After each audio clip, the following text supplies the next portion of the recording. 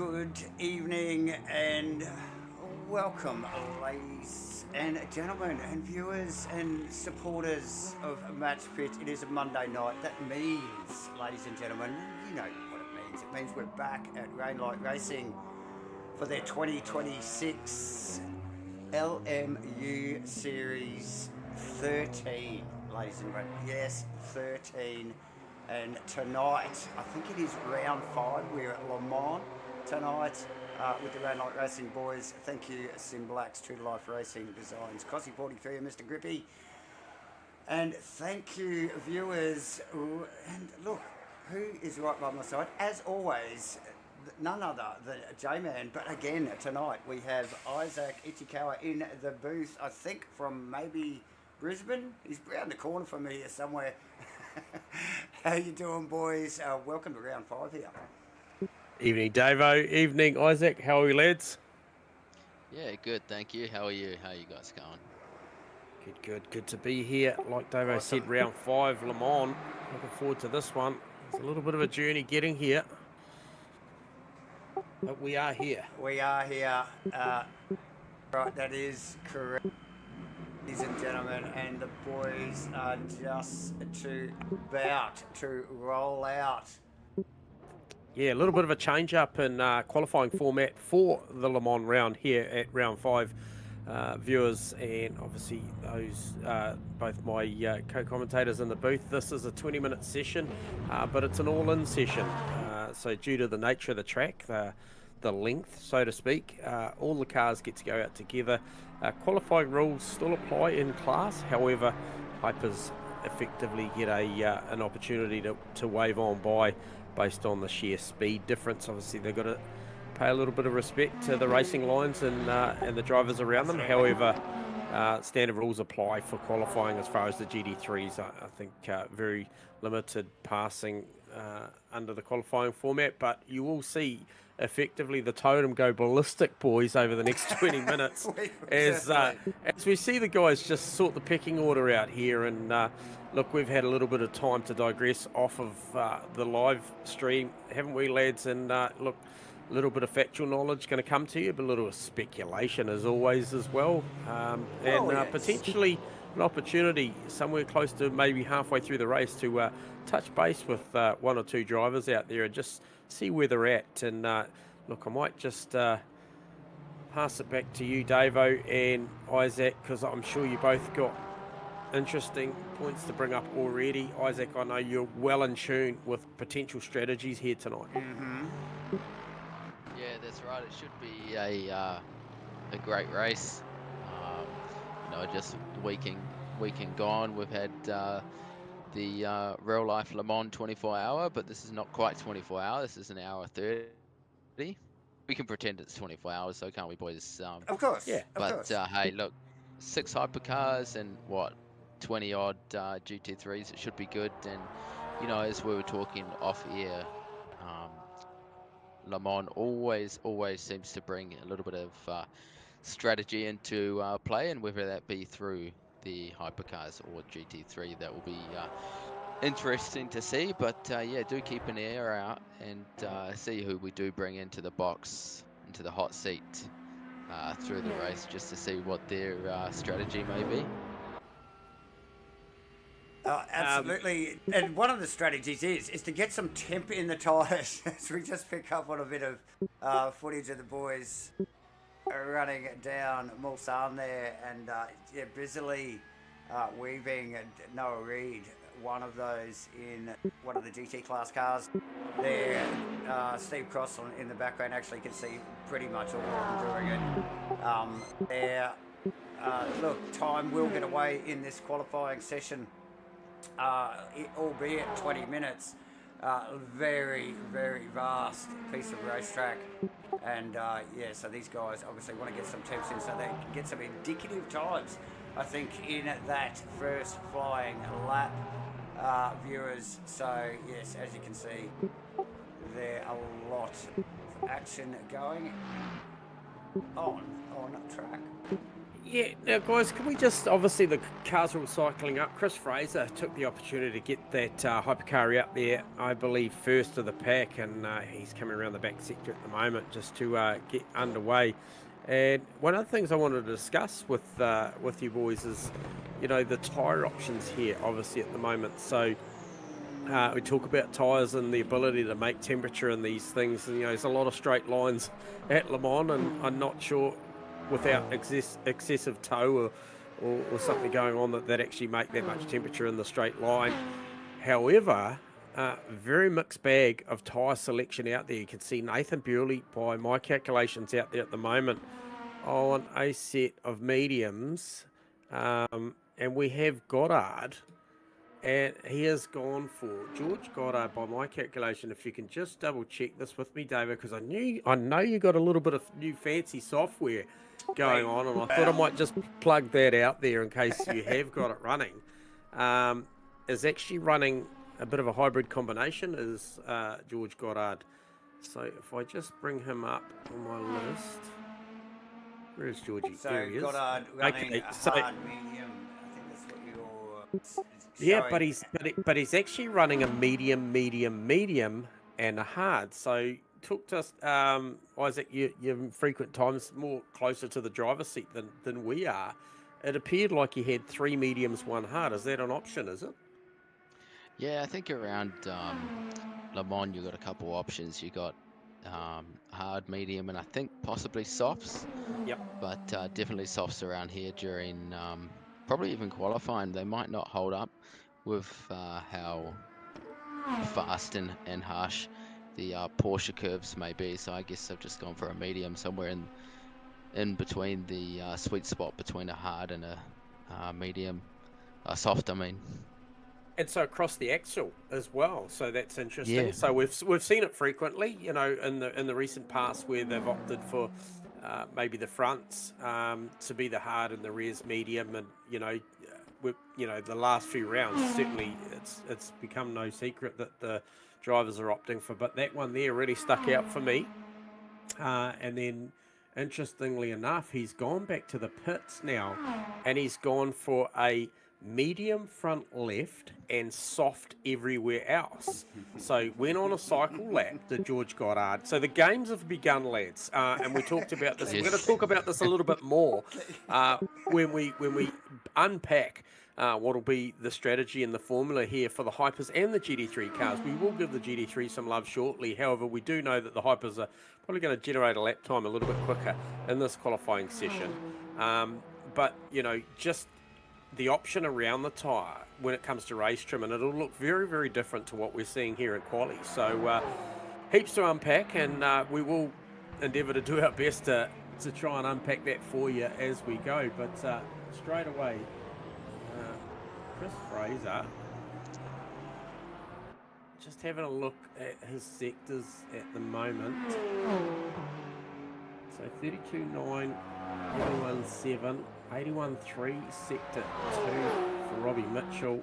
He's a little bit away, a couple of tenths away in sector 1, but he's significantly better in sector 2. So going to be hard to pick this one for a couple of laps. And based on the times that you saw, if you have seen them, Isaac, during the week, what are we looking at for a hyper for an optimal quali lap time? Somewhere in the vicinity, anyway. Somewhere in the vicinity of probably a mid to low 57, 58. Well, actually, probably maybe even a 55. Really depends on track temp. I'm not sure what the track temp that they are running at the moment, but yeah, it'll be interesting. You've seen Chris Fraser there. He's done a 3:28.0 on the last lap. I do think that'll obviously come down to a 2-minute lap time there, a high 2-minute. 41 degrees out there at the moment, track temp. We've got an ambient 24 to 25 degrees. So track is relatively warm. Air temperature's not bad. So just seeing Chris Fraser press on again, sector 1. So we talk about bringing these tyres up to temp, and that's certainly going to be a factor. And I think having the car fueled probably for this 20 minutes and staying out there, barring any mischief, would be a good play, I think, for this qualifying. And hey, look, welcome aboard too to our live chat viewers, Crafting Chaos, and obviously always Lisa Teague tuning in. So good to see you guys once again here on a Monday night, ready for this one. Hour and a half at Le Mans. This will be a good rip for sure. As I just see, sorry, I just had my data flashing up yellow. I'm not sure who that was. It's gone away now.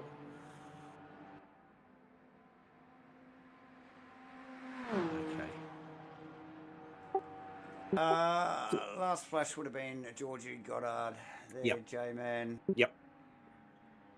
Sort of just picked up on a little late in the piece. However, Noah Reid for the GD3s back and still in a sweet patch of form at the moment is Noah, and 358.8 there. So I think, yeah, anything sub fours in the GD3s healthy, Isaac. Yep.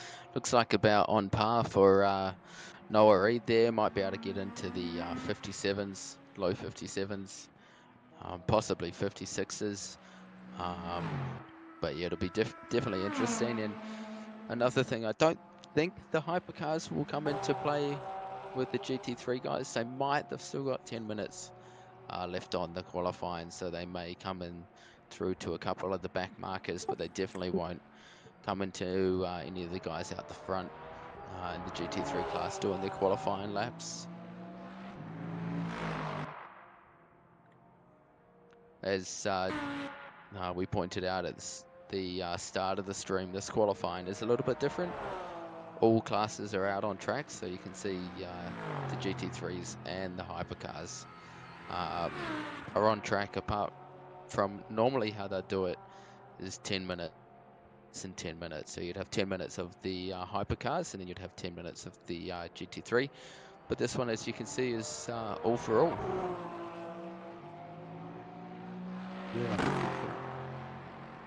Evening, Wally Baker. Good to see you tuning in.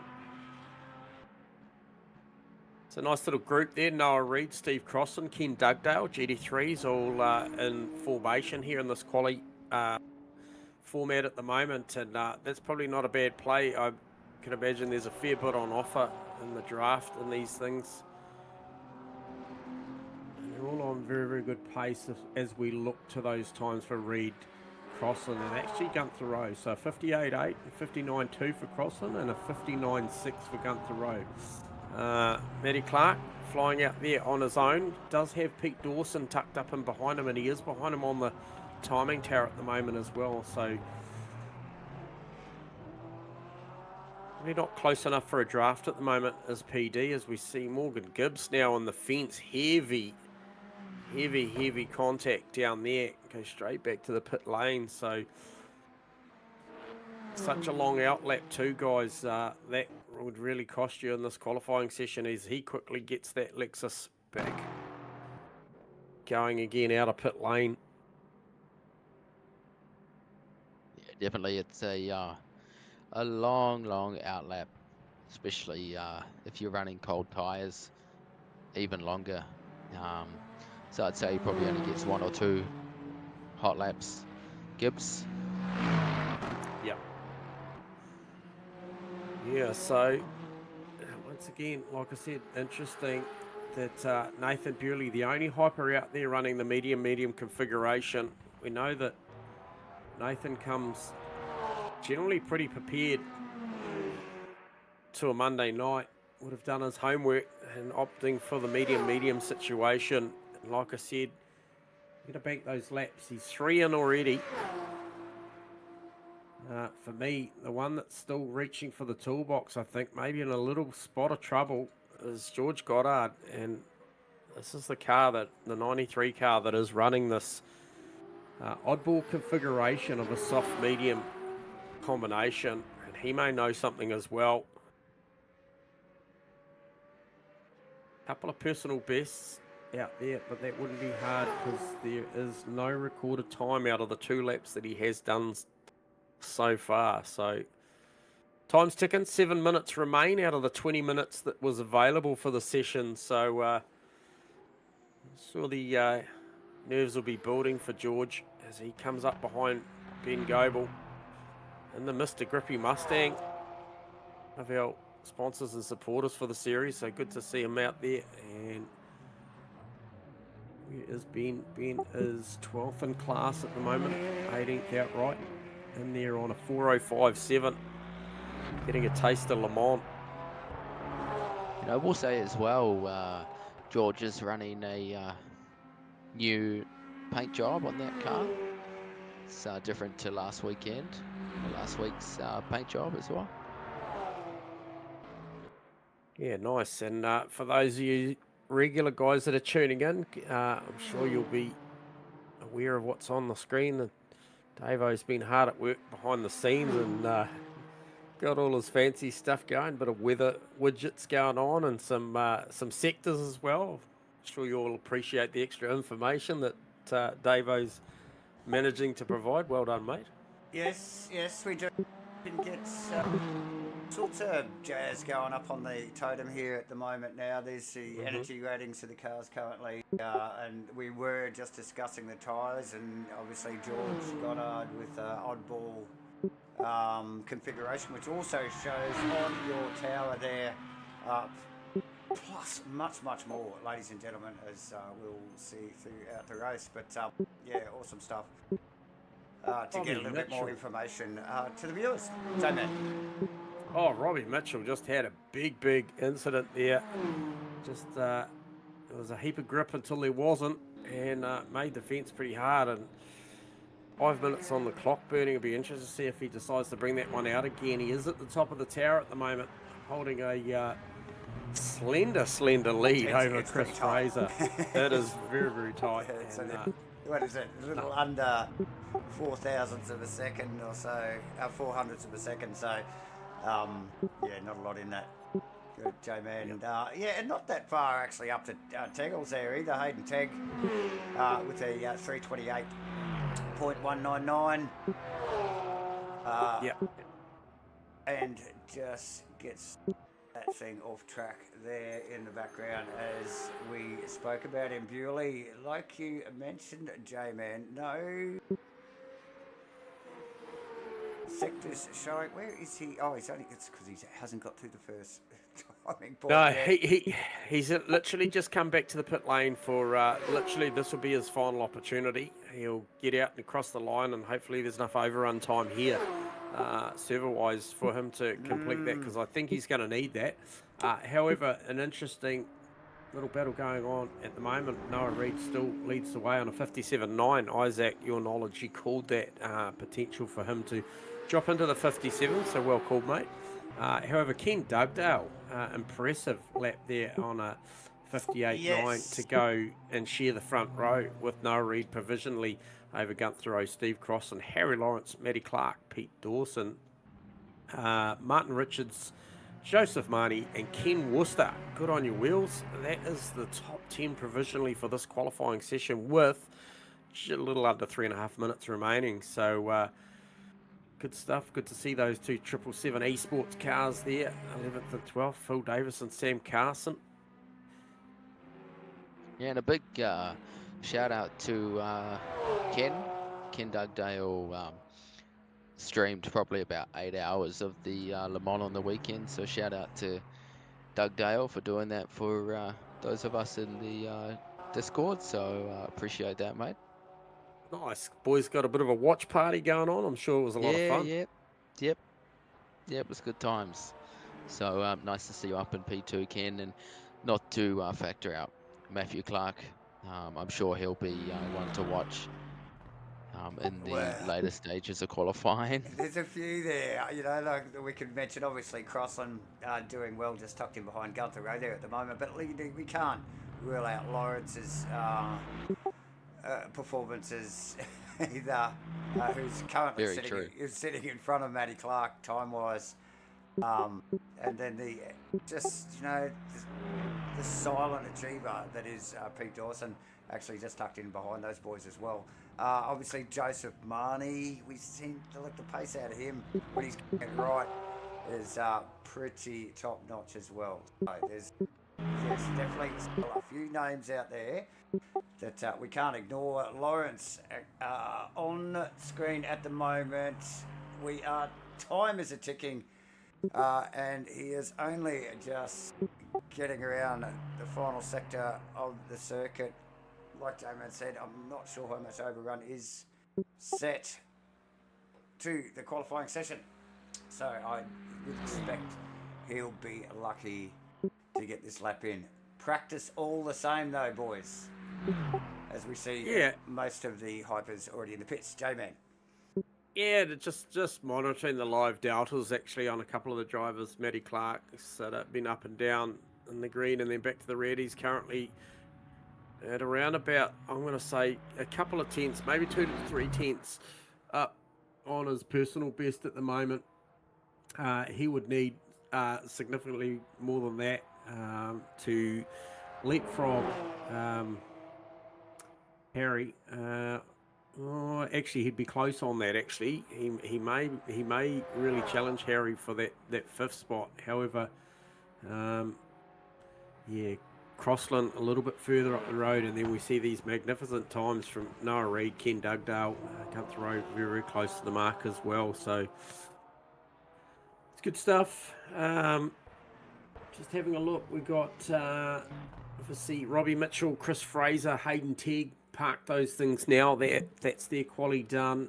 We still do have Will Dixon out and personal best sector 1, and also Nathan Bewley.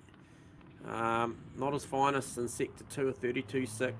The best of the session, I think, is it's saying 32.5, but I can actually see a 32.4 for Robbie Mitchell. So maybe that was a non-registered lap, but so there's a little bit to go, but the totem is starting to fill up with cars that have finished their session now. So there's a lot more cars back in the pit lane at this late stage as the clock has run 0. It has boys will get that prompt on their dash, on their heads up. They will know this as we get cameras on. Who is that? That is Lawrence again, who may or may not sneak this in. He's running very low VE in the car at the moment, so really He'd want to get it in. He's personal best sector 1. He's session best sector 2. Yep.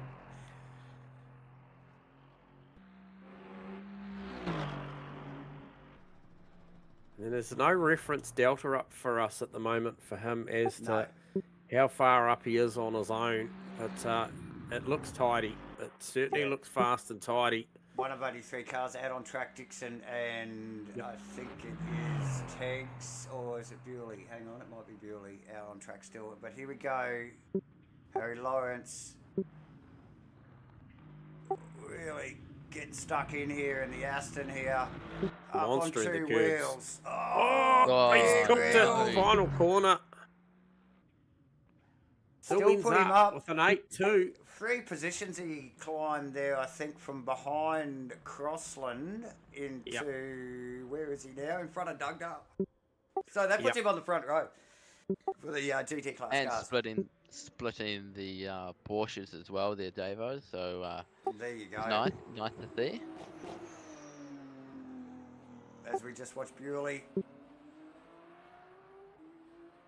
looking quick in sector 2. Yeah, very quick. 3:27.4 to take the top spot. Takes the left that to the right. And how's the irony of that? He was not by his personal best standard sector 1 or 2, but lit it up in sector 3. Actually, no, he was session best sector 2 as well. Yeah. Yep. So stellar work from Nathan Bewley there as well, ladies and gentlemen. What fantastic qualifying here at Le Mans for round 5 in the Rainlight Racing 2026 LMU season 13. Ladies and gentlemen, as the boys wrap qualifying up there Very nice. Nathan Bewley, Robbie Mitchell, and Chris Fraser, the top three in the hypers, and then Noah Reid, Harry Lawrence, and Ken Dugdale in the GT class cars. So very, very nice. Okay. Awesome stuff. Ladies and gentlemen, where are we? Points. Let's just a quick sticky pick at the points here while we've got a moment as these guys populate the grid.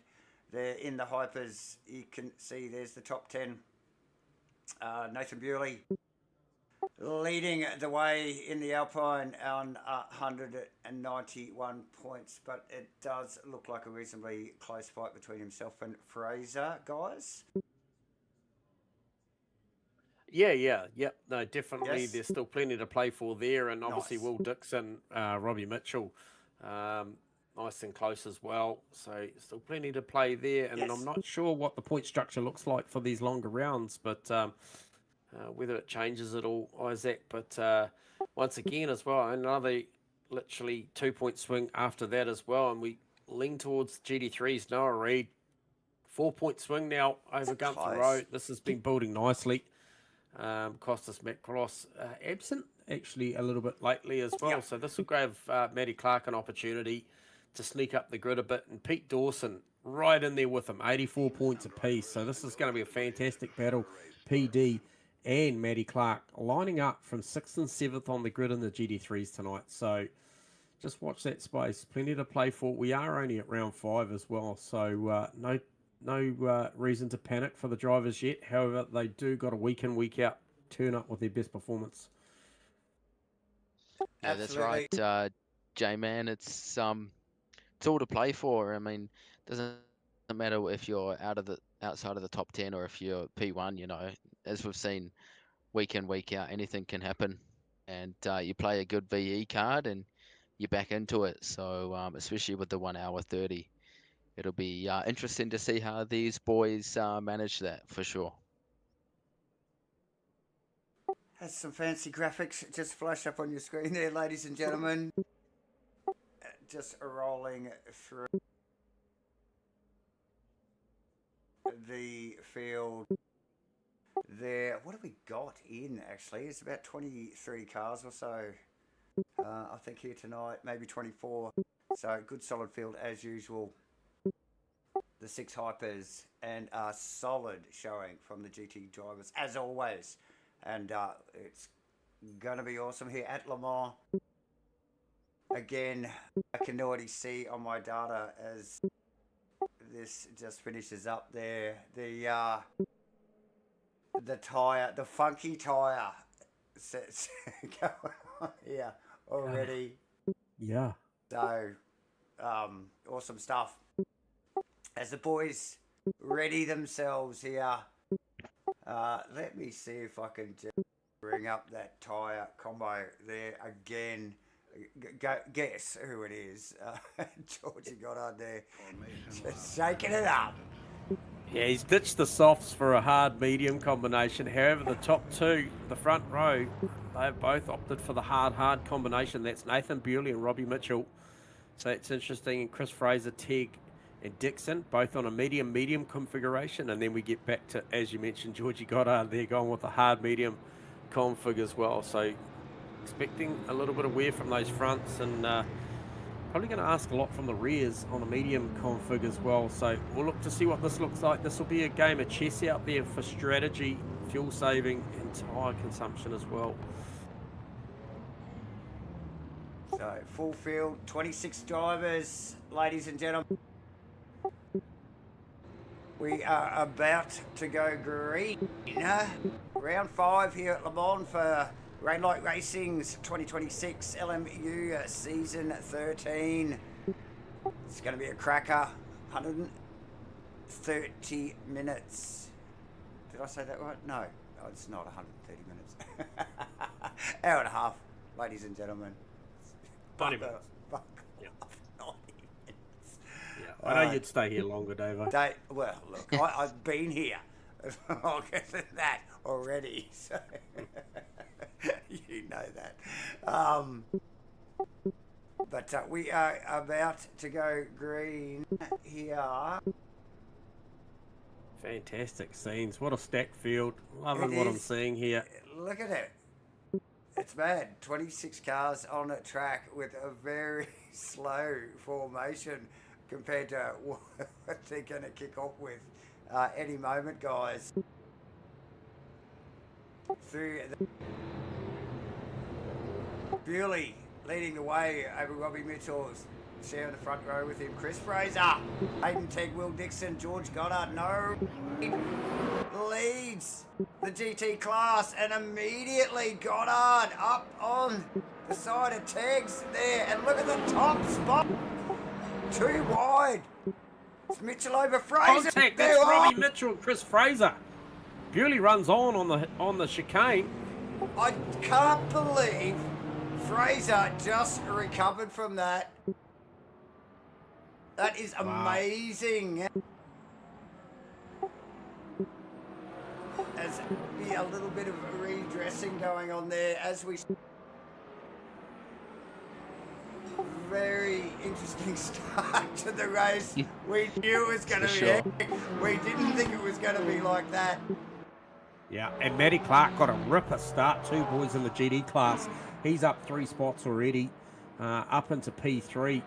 So that's the start he needed. Less than ideal quali for Matty, and we heard that potentially that the Porsche may struggle on the straights here, and we're going to see how bad right now as Harry Lawrence tucks up underneath the wing of Noah Reid for the first time.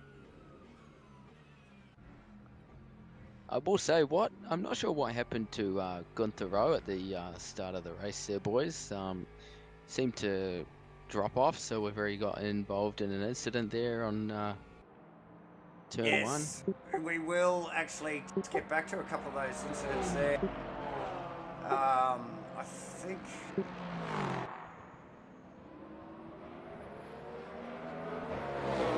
As you do that, Davo, just let us know when you cue those in. I will mention Will Dixon to the top in the hypers, and look, part of that will be because of the medium configuration. He's probably going to generate those tyre temps, Isaac, a lot faster than Bewley is on the hard. So look for that to come back to Bewley. We probably won't panic about that at the moment. However, just the outright temperature and pace will be there for Will pretty quickly.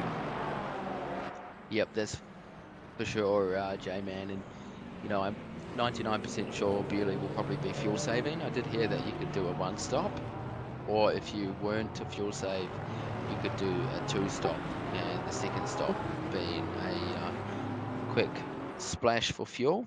So keep an eye out for that one, see if the boys do just end up doing a 1-stop in the hypercars. Absolutely. Just a quick, well, you guys could probably see it there in the replay. Yeah, it Boys, looked that like was, Doug Dale and yeah. Doug Dale and Gunther unfortunate. coming together. But yeah, start of the race, T2 at Le Mans. It can be a little bit intimidating, to say the least. Surprise. Change of position for class honours at the moment. That's Harry Lawrence utilising the straight line ability of the Aston there to just slip past Noah Reid. So the games have begun. See Noah Reid's response though, guys. He's tucked right up underneath Harry Lawrence there. He'll try and stay in that draft as long as he can.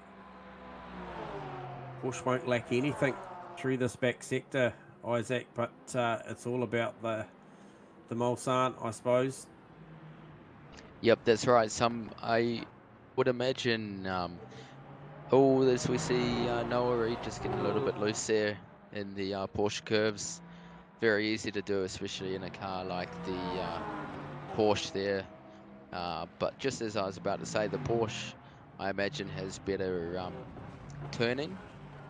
So, you know, the Porsche curbs will be a lot better than something like the Aston Martin. But yeah, unfortunate for Noah there, just as we were talking about the Porsche. Yeah. I been was good just around the thinking, Porsche curbs. Davo, is that Isaac's first commentator's curse? Potentially. Maybe. We, we, might, we might give him that one. I'll take He that can one. have Eh? it. He can I'll have it. I'll cop it onto the chin next week. Don't worry about that. Oh dear. Yeah, these things do happen. Now we do have Jason Morris in the pit lane, and I believe that was for a drive-through infringement. It was a start procedure, I believe, for Jason Morris in the BMW. So it's unfortunate for him. And I do see a car in the back of shot as well. It's Mason Grunnell coming in as well. No drive-through to speak of, but maybe something a little unscheduled there. Maybe not happy with something. However, top of town, Will Dixon holds a small lead over Nathan Bewley at the moment. And But how tight is it? This Fraser Goddard tag there with Mitchell tagged along in the background. These guys particularly close at the moment. Goddard, the French piece of meat in sandwich Tig there. with a great run. Look at him go there. And the boss saying, little braking area there. Begs you to go a little bit deeper every time. Something With you Noah Reid. do not want to do. is that With Noah Crossland Reid, lining up? Oh, sorry. So Reid Sorry, out. J-Man. Yeah, no, you go, Isaac. I was just going to say, with Noah Reid losing the pack, it gives Matty Clark and Harry Lawrence a bit of breathing room between himself and Pete Dawson. So I'm sure that'll be something that they are grateful for. Yeah, I do agree. Yeah, I mean, don't ever count out Noah Reid though for a comeback drive. I think this sort of stuff just really incentivizes this guy. He's shown us before he can do it on strategy, he can do it on speed. As he comes back through right now on Morgan Gibbs to try and grab another spot back. Yeah, he got a couple there actually. I think he got Kramer. Yep. Maybe just going into the chicane and keeps on the way out there. So yeah, just on the march, 100% there, J-Man. So on the move, and you can see who is on the move, who isn't on the leaderboard there. The tower, ladies and gentlemen, on the left there, and clearly visible now with our new fancy stuff. Where are the balls? Where are the intervals, you ask? Here they are.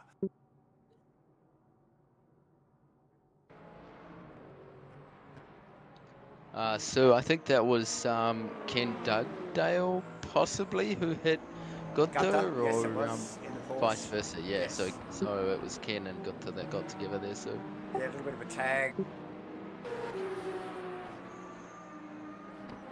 Interesting to see, guys. Just a little pickup at Harry Lawrence in the Aston Martin car, already proving to be quite efficient on the energy. Matty Clark having to do a lot of work tucked up and behind him.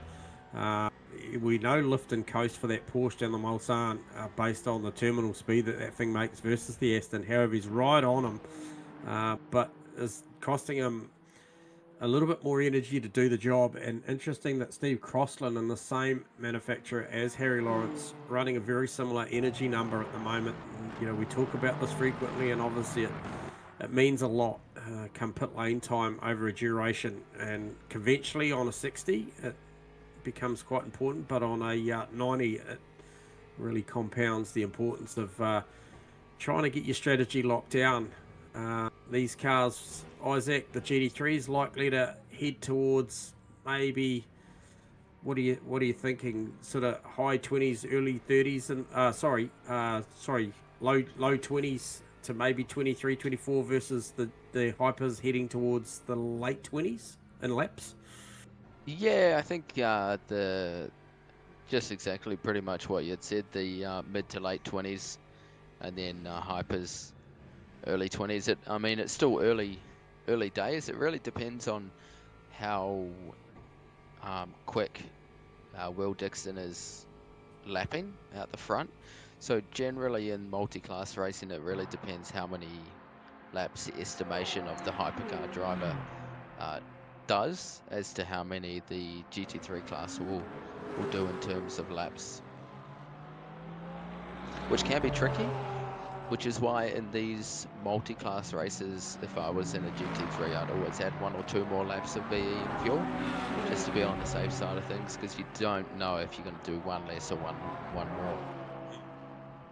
Side of caution certainly pay dividends at that 90-minute mark. Is still fascinated to see this battle going on here. Will Dixon still leading the way out there, and he was around about just looking a 3-minute 30.4 plays a 31.1. So this tyre combination, the differences here, the medium versus the hard, without knowing as to how far Nathan Bewley's going to push these tyres, whether he asks those tyres to do the full 90 and just refuels. We know that Dixon won't likely make those things do the distance.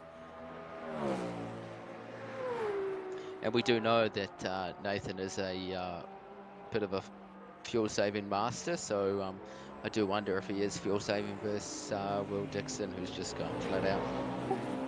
Yeah, good point. Yeah, it's already made 3% on his competition as we speak. Or around about 2.8% difference, I think, on his competition's currently using an average of around 7.5% per lap versus 8.2 for Dixie. So that will come into play later on, and add a tyre difference in there as well. We'll get to see based on the pit stop times and what the boys do, maybe on the configuration as to what that looks like. But, even if it doesn't come down to a tyre battle, I think at this early stages, Nathan Bewley's car does look super efficient. Nice little gap too, boys, between Harry Lawrence, Matty Clark, and we talked about Matty Clark level points in the GT3s at the moment with Pete Dawson. Pete Dawson is trailing him. He's in P3 in class at the moment. Just watching the progress of PD there. He was a 401.7 last lap around versus Matty Clark, who was the fastest GT3 on the circuit last time around at a 401.0. Got a bit of margin there. Is that a new livery there that Pete Dawson's running with the orange ribbon there? Okay, that's caught my eye. Yep. So I can't see you boys on the roof. I can't see the picture of you boys. You might have to tell him what's going on. Well, look, it's clearly a charitable paint job. It's I think in support of leukemia. Yes. And look, props to Pete, is very much known to us over a long period of time to run the POV pack.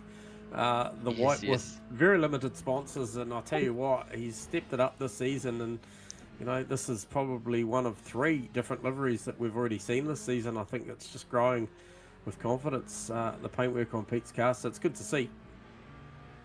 Yeah, for sure. Pete's always one that you know, you got to keep an eye on. Great defender. If he's not there, he's there or thereabouts, and he's there to pounce if you make a mistake, that's for sure. Bobby Mitchell and Chris Fraser really battling at the moment, boys, for 4th and 5th, and a couple of passes made in as many meters at the moment. They still haven't sorted it out. Still side by side through the right hander. For Indianapolis there, that is ballsy. Wow. That is takes a lot of balls there from the two of them. They're having some fun for sure.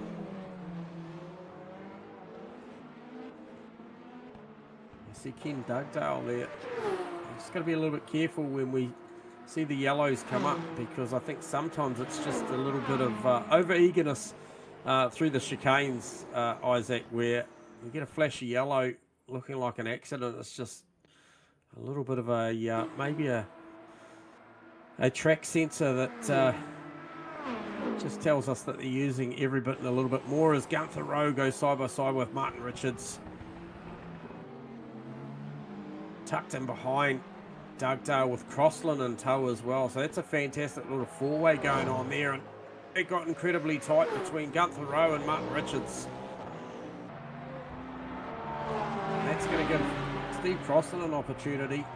Yeah, well, Richards was very sideways earlier in the lap. Had Dugdale right on his tail. Dugdale clearly through, but the boys are lining up. Here comes Crossland. Yeah. Might be worthy of a little pickup after this too, with Matty Clark and Harry Lawrence as well, Davo, because there was a little bit of an exchange going on there, and I think very intermittently Matty Clark had the lead of the race for the GD class. However, it's resumed back to status quo with Harry Lawrence leading the way, but sort of picked up late in the piece as Matty Clark sends it down deep under brakes. His intention is to lead the way here, and he gets it done properly this time. Big move. He's good under brakes, is Matty Clark.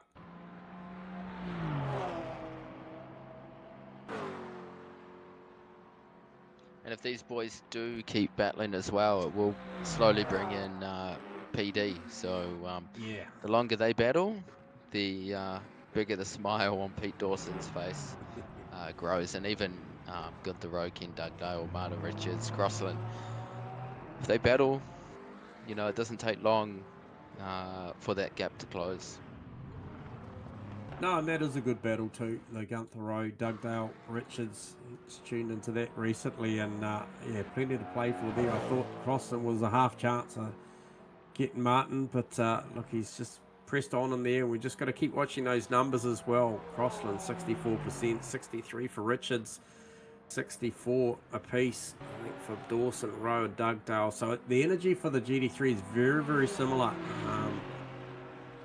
No real standouts there as far as somebody going against the grain and maybe rolling out. I think the pace is just too hot at the moment, and maybe looking for that similar strategy between those boys as well. So, however, Will Dixon just ever so slightly, just eking out this lead at the moment. He's got it out to 5.2 seconds.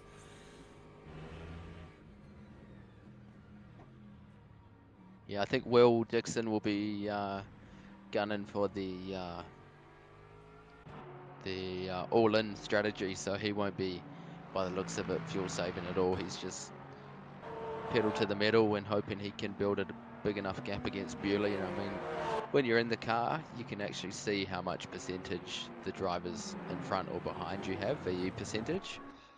So he'll be able to tell that Bewley will be saving that VE. So he's probably just trying to push out as big of a gap as that is possible to be able to build before pit stop for Will Dixon. Yeah, and I think, look, like I said at the start, looking at those numbers, I just think Bewley's probably just settled in now and locked in to his strategy. Will clearly on a different one based on the tyre and the rapid performance that we're seeing out of him. He was the fastest man out on circuit last time round, and he's done it again. 3:29 with a 2 versus still a very, very rapid time for Bewley. 3:29 with a 4. There's not a lot of difference in the pace, even though there is a difference in the tyre.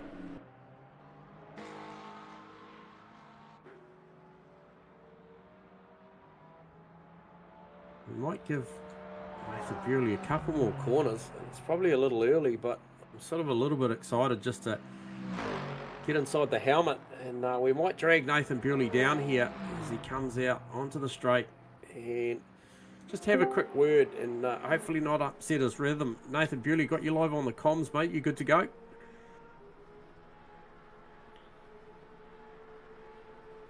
We've got some lights, but not a lot of audio, so we'll just give it a second and see if we can't get Hey boys, Nathan. how's it going? G'day, mate. Hey, look, we're just watching with anticipation here, the battle between yourself and Dixie.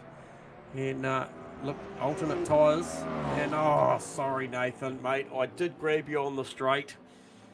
My bad. The word came through that you were up for a chat, but maybe I've caught you too early, Nah, mate. mate, you're all good. Nothing wrong. Apologies. It's still alright. Hey, so the hard tyre configuration, playing the long game tonight, Nathan. Yeah, it seems like it's probably the way to go, especially on the lefts. Because they get a hammering through the Porsche curves. Yep. And making good energy at the moment too, mate. That thing's looking super efficient as usual out there for you. Got it well under control. Yeah, well, the race counter, it's going, it started at 26, it's down to 25, so I'm thinking I'll start the stint with 13, like with the fuel save, and then if it does another 13, then I can go save, but if I don't need to, I can just push the rest of the way. And look, mate, you're not required to give us any more information than you want to. And look, the other boys are out there live, and they may have spotters, but would it be fair to say you'd make this set of tyres do the whole race? Easily. Okay. But you'd be optimistic about the medium doing that? No, I think the medium will be alright, because it's not really I think my worst tyre is the rear. Obviously, it may be a little bit of that spin, but even then, it's only about 2% difference. Okay. Well, look, once again, apologise for the pickup there. I thought my timing was good. However, things happen really fast, I understand, in a hypercar. So we'll leave you to it. And look, maybe we catch you at about the 3/4 way mark and just see how things are progressing, Nathan. Yeah, that's a good voice. Yeah, mate, I don't mind, you know. Like I say, mate, I come here for fun. Doesn't matter. Yeah, well, we've just given you a little bit more of a challenge now, mate. Well done. So there you go, Nathan Bewley. Unfortunately, boys, did you throw me under the bus earlier tonight, Isaac, and tell me that he was up for a chat? No, it's your curse this time, brother. So you both got one on the list there, boy. No, I'm going to make Isaac grab him next time. We had Hayden Teg at Qatar, and now we've got Nathan Bewley, I think. Oh dear. Yeah. I don't reckon they'll be signing up for a chat soon. But anyway, and viewers, like these boys, they sign the waiver before the race, and they do sign up first during the comp spots. We're not just cold calling these guys in the middle of a race. Unfortunately though, easy to lose your focus even on a vast piece of road like Le Mans there, ladies and gentlemen. So, but do not discount Mr. Bewley. He is definitely, sounds like he's got the right strategy up his sleeve. So we will keep an eye on his progress. So we've got on screen at the moment Matthew Clark, who's actually leading the GT3 class cars over Harry Lyons. We did see him with a big dive earlier down into, I think it was Indianapolis, was it? I think maybe. And taking the lead in the GT class over Lyons. Pete Dawson actually in third in class at the moment. That is the Gunther Roque. You can see behind Ken Dugdale tangled up. Okay, so what's going on here? Dugdale just dropped the position to the Lamborghini. Well, He's trying to fuel save. It's got busy, really, because Crossland's got involved as well. Now, we saw Crossland up in behind Richards a few laps ago. There's Richards with a duck and a wheel off circuit. That's going to make him bubble. Can he cover this? Look Sam at Carson. Sam Carson not far away from this battle. He's done a nice job too. He's up 4 spots as well, so it's pretty cool. And Noah Reid still on the comeback. He's tucked up in behind wheels. So Ken Worcester, good to see Ken out there always rocking some sort of funky cool paint scheme, and tonight's no different. You're not going to miss that car. So what a fight that was. That was a pure drag race between the Lamborghini and the Aston Martin down the back there. And the V-Dub leading the way at the front. Well, these guys fought it out. And what a great little trio. What a fight there. That's allowed, obviously, Rowe just to sneak away a little bit there and chase down PD, Lawrence and Kalaki leading that group. Like you said, J-Man, Sam Carson right behind. Where is Noah Reid from that group, actually? He's actually snuck through past Ken Worcester as well. Yep. Ken's car, just amazing that, although it does hurt my eyes a little, Ken. But amazing all the same. So Reed now in front of Worcester. So, yeah, well on his way, and that comeback, and like you said, J-Man, definitely not to be counted out even after an early mistake. So, Reed on the march. Has Reed got the fastest lap of the road? I'm not sure. Are you privy to that? Gunther Rowe.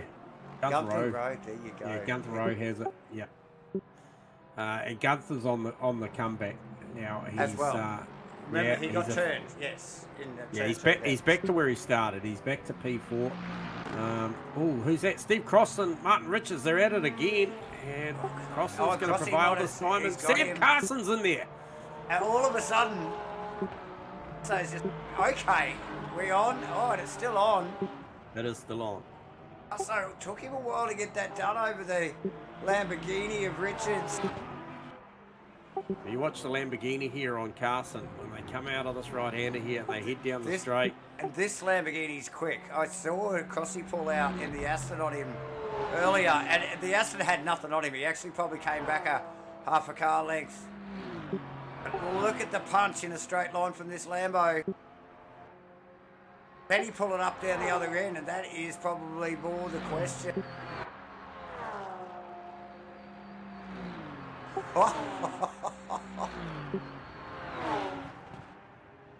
And gets it done. Pulls it back. We'll actually just sneak back to that Crossland overtake on the replay if that comes up here. Listen. Speaking of Crossy, there's $5 on the line if I have a chat to Crossy. Crossy, you got us on comms, mate? Yes, I do. How you going?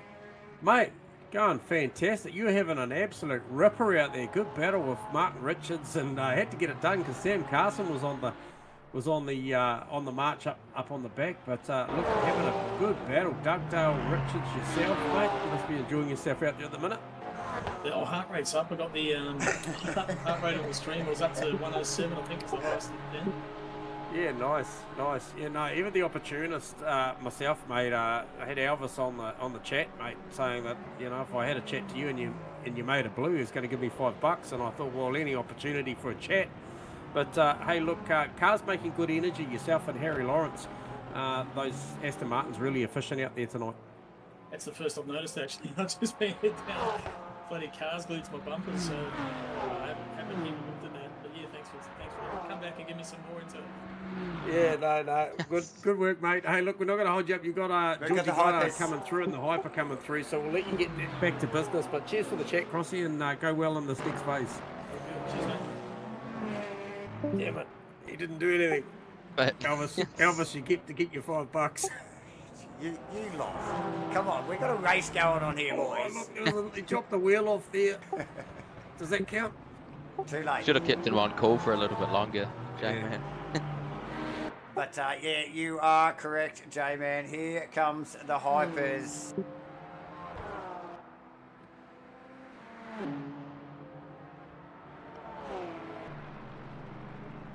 I've just got to step away for a second and grab some refreshments. I'll leave you and Isaac for a second, Davo. So, Matty Clark, leader of the GT class. Will Dixon just sneaking past in the caddy. The Hertz caddy. And look, I mean, it's a little bit up and down in probably the first or second round, but man, has he found his feet in this thing. And lightning fast over the last couple of weeks. And here again tonight. Goddard not too far behind. Hard fought effort to get that car up into second position. Robbie Mitchell, Chris Fraser, these boys have stayed extremely close together. Nathan Bewley, after a distracting spin a little bit earlier, here currently running it, and Hayden Tagg, and it's just a quick pan of the camera.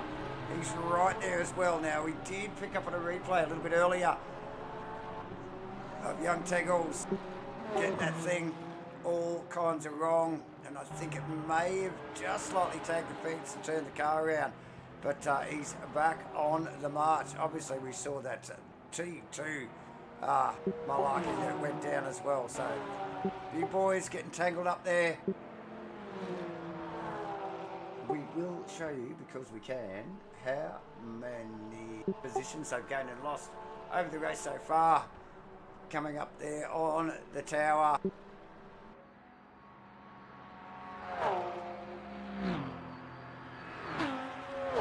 Tegs, one of So those you can see that have there, gone a couple back. Will Dixon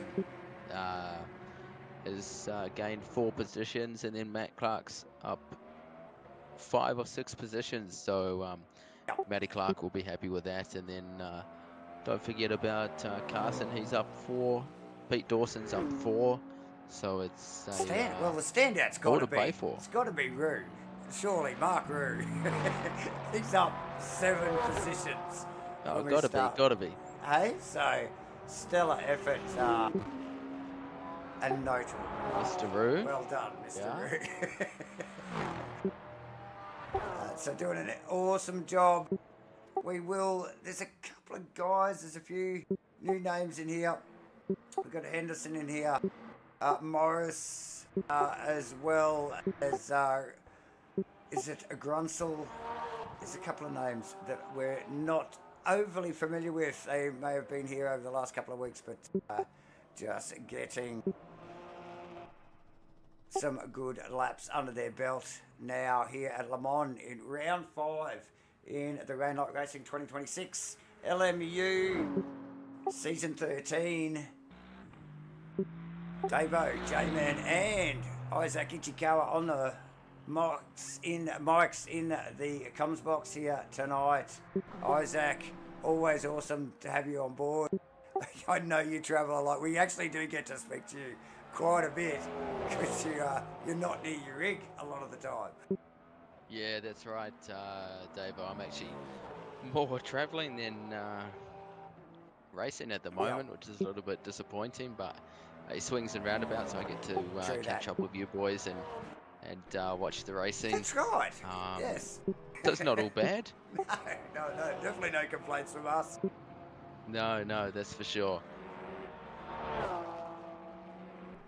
As we just pick up on Matthew Clark, some very nice cameras here, actually, around Le Mans here. Just perched atop these walls, these entry and apexing walls through that back section of the circuit. Beautiful stuff to watch as we see him wind down this final sector here for what is lap 8, I think, for Mr. Clark, and around the final corner and around, and that is, who is that in the background? That was Miss Teggles, Teggles. Davo. Yeah, it was Hayden Teagle, yeah.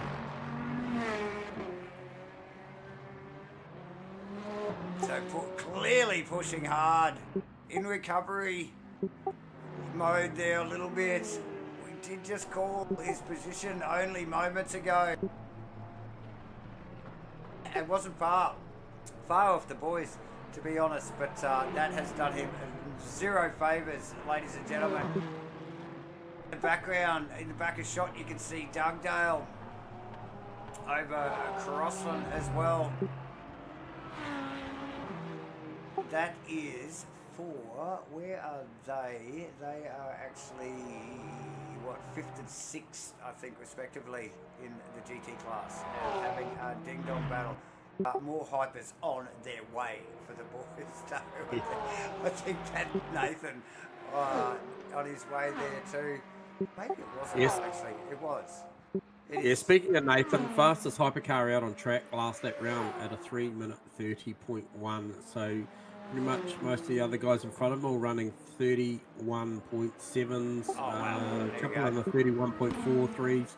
However, so Burley certainly substantially quicker last lap round. So maybe that's a part of that. Those hard tyres really just holding their own at the moment as far as the lap pace, and even the GT3s, we can see that the pace has fallen away a little bit. So most of the field running, well, certainly the front boys in the 401s, so not many. Oh, mind you, looking at that there, 401.514 for Ken Dugdale. According to my data, that is his personal best. So maybe the GT3 is just starting to come in their own, burning off a bit of fuel, Isaac. The car's starting to work quite well around here. Yep, and that's definitely a thing. I remember a couple races back. I'm sure you guys remember when I overfueled at Monza, and I think it was Pete Dawson that was closing the gap. Even the time difference between myself and Pete in terms of lap time was huge between a car that's overfueled and a car that's losing fuel through race pace and lap time. So it is a huge thing. So you will see these cars get quicker. You might even see a quickest time come through probably midway through, 30 minutes to go, when the fuel is really out of these cars. Yep.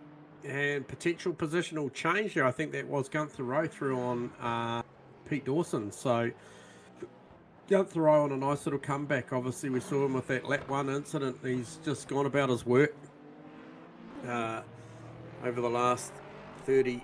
Oh, that was so close from Pete Dawson. Very close from Just Pete. pick that up in the background there. To help hold my breath. Yeah, Just giving the wall a kiss, old PD there, telling him hello. wow. So Will Dixon just stepped it up as well last lap around a 3:30.1. So he just George Goddard 3:29.980. So he's gone faster. So you're right, Isaac. The car's starting to really get into the comfort zone now as we burn off a bit of the fuel and energy as well. I might add too, if we start looking towards energy. Sorry if you picked up on this while I was away. However, Will Dixon now down to 16%. So he's burnt up a lot compared to his peers. And if we pick on the likes of Fraser and Bewley, 22%, Hayden Teague, 23% remaining. So it's quite a substantial difference there based on the numbers. So that car, Will Dixon, he has got that thing wound right up. He's on very much a sprint 90 minutes by the look of it. Yeah, definitely the VE in that car of Will Dixon has always been known for a bit of a guzzler. You know, being V8. I mean, it sounds amazing. I don't. We could listen to that thing all day. I don't care how much VE it burns. True that. But True yeah, that. it is very, very varied in terms of VE between the Cadillac and even the Peugeot with George Goddard, 19%. Yep.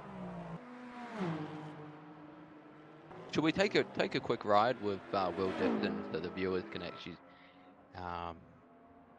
hear the difference between Caddy and a Peugeot? Good call.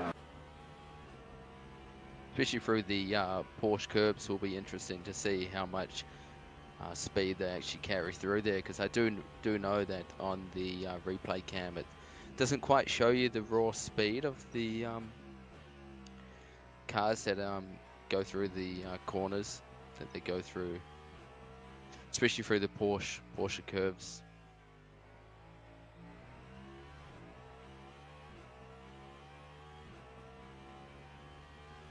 Definitely no fuel saving whatsoever from Will Dixon. None at all. So here we are going up to the Porsche curves here.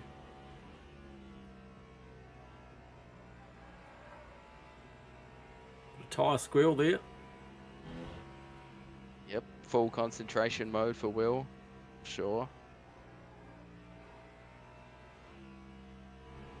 Tyres working overtime. So you can see, well, he's got around about a lap and a half remaining in the energy situation. So we'll expect to see Dixie in at the end of this lap he's about to start. And just done his best lap of the race, 3:28.0. Yeah, so what's the margin now? 10.6 seconds. So, you know, in comparison to George Goddard, it'd be interesting to hear the different tone of that car, of the Peugeot versus the Caddy. But there is around about, what are we talking about? Got about 5% difference on energy. Yep, about 5% there, J-Man.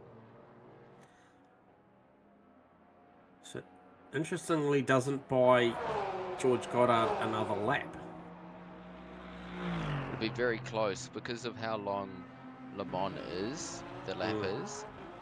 It could be a percent or two that'll make or break the if you can do another lap or if you have to come in. Point of a percent? Or... Yeah. Yep. Could well be there, Davo.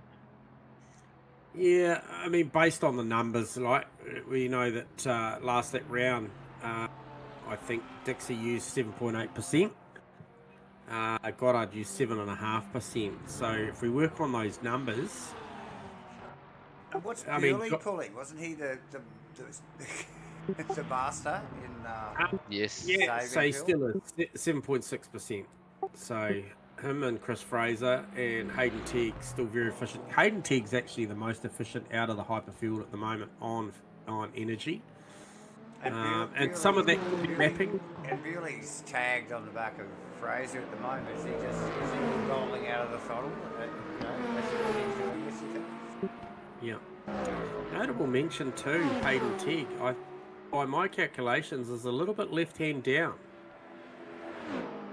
You picking up on that, Isaac? So a little bit of damage on that car?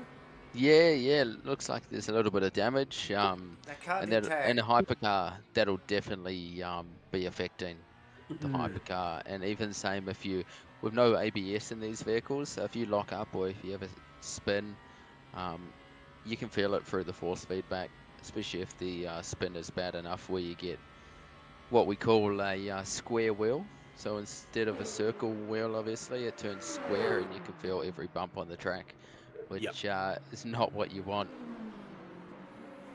No one wants to be driving around on Australian 50-cent pieces, right? No, that's right. That's right. Davo's not saying anything, so... No, you definitely don't.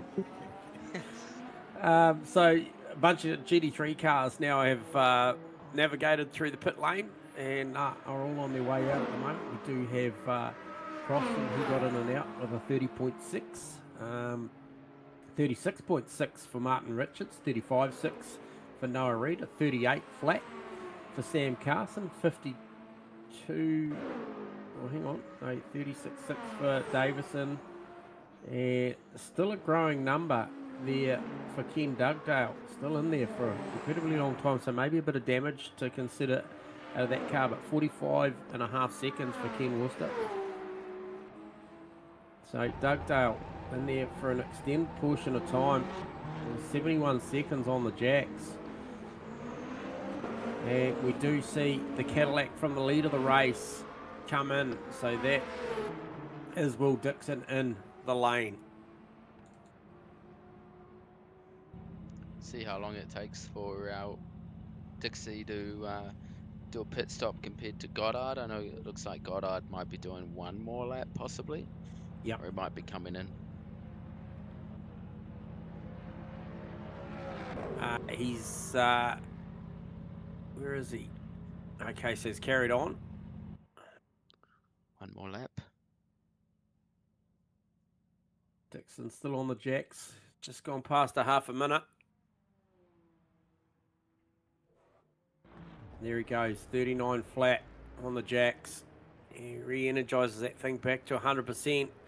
Buys himself another 12.5 laps by calculation. Is it enough? Is it too early? Big question. We've seen massive upsets here before. George Goddard, namely, he was the one that really snuck up on the radar a couple of seasons ago. Forecast the efficiency really early though in the GT class back then. Yep.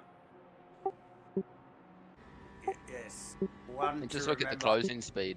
Yep. Look at the closing speed in on the in-car of George Goddard compared to the GT3s. He just makes you realise how tough it can be to make a move, especially when the corners coming up to you. Everything's coming up to you a lot quicker than what you're used to. Yeah, I just good observation, obviously. It's not hard to spot that. But Goddard there actually just rolled out of the throttle there as he came up on to pass one of the out of position GT cars there.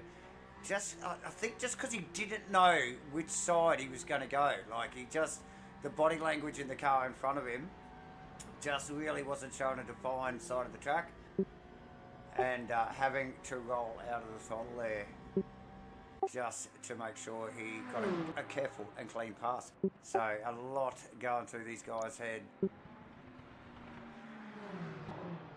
Looks like Harry Lawrence stayed out. Yep. So that sees Gunther Rowe, Pete Dawson, Matty Clark all in the lane together. So that's an interesting little battle going on. Watch the numbers closely there. Obviously, Matt Clark in by check position and default before those guys. Have it 39 seconds.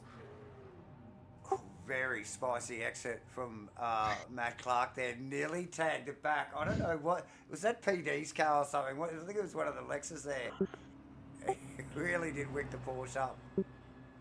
Gunther Rowe there, just coming out in front of that car. Yes, it was PD's Lexus there. So Gunther only just sneaking out in front of PD. So Pete Dawson really closed the gap there, I think. Oh, the numbers are crazy. Yeah, so the numbers are crazy. Matty Clark 40.2 on the jack. Yep. Gunther Rowe 40.2 on the jack. Pete Dawson 40.2 on the jack. Oh, there you go. So he got and then a 30.6 for Steve Crossland. We talked about Harry Lawrence and Steve Crossland having the two most efficient GT3 cars out there. And there you go. It's the better part of, 9 and a bit seconds difference in the pit stop. So that is what it buys you. Stop-go penalty for Jason Morris. So that's not his first time tonight, unfortunately. He's had to transit the pit lane unscheduled for the 333 BMW. Gosh. Dang, I do like an orange car. You know that, Davo. So yeah, no. Looks pretty. It doesn't look too shabby. It just fails. Might have to do an orange car next season then, boys. It's just the black wheels. It just, I don't know. Something about black wheels that just does my head in. But, yes, nice. There's actually, I thought there was a sister car to that. Oh, there's another all-orange car. One of them. In Henderson. Right. With a very similar looking car, but a McLaren. So very nice, yes. And Costas, you're right, J-Man. So the sister cars, it is the sister cars of United Auto Sports there, Ian Henderson and Costas Makalos. There you go. And I will say, lads, it looks like Bewley's not far behind Goddard, and then you've got Chris Fraser right behind Bewley as well. So either Bewley's caught up time between Goddard. So I don't think there was a lot of, I think there was a bigger gap than what has been shown at the moment between Goddard and Bewley. So definitely one to keep an eye on as well. Well, Bewley, Fraser and Mitchell. It's like, looks like a second and a half or something quicker in the, just in the last lap. So yeah, I mean, a little bit to unpack there, guys, because we talked about the efficiency, and we talked about the GT3s 40.2 for those boys, super close. When we look at the likes of Hayden Tegg, Robbie Mitchell, Chris Fraser, just to name a few, they're all in the sort of 40.8 to 40.6. George Goddard 42 seconds stationary, but for me, we talked about the inefficiency of the Cadillac, but goes in there on a 39 flat. Yeah. And burns up more. So I'm a little confused there as to how this plays out for Will Dixon here. And he stays out in front. He does. He does by default with track position and obviously a shorter fuel stop. However, burning a little bit more. So whether he winds that back, what tools do they have out there at the moment? Isaac, as far as mapping? You know, can these guys tune these things down to use a little less? Can they lean them out or richen them up a bit? The only thing in terms of what they may be able to do to fuel save would be to turn it to pit limiter, or I think in the MFD it's called safety car mode or something, where it's not great. Pretty much what you don't want to put it in that. Nah, If you yeah. So you need to just wanna save roll fuel, out. your best opportunity will be roll out of the throttle. Yeah. Coast and then brake. And I mean, Le Mans does have quite a few braking zones where you can roll off the throttle. Both of the chicanes, just before Indianapolis as well. Probably even Porsche curves. You know, pretty much everywhere around Yeah, because Le Mans a you lot could of probably save some fuel. downhill braking areas too. Yep. Isaac, you know, so you can just sort of get off them a little bit, can't you? The car will just roll at speed. So Crossy, I don't know. I think Crossy's in a bit of trouble here. Only took. I'm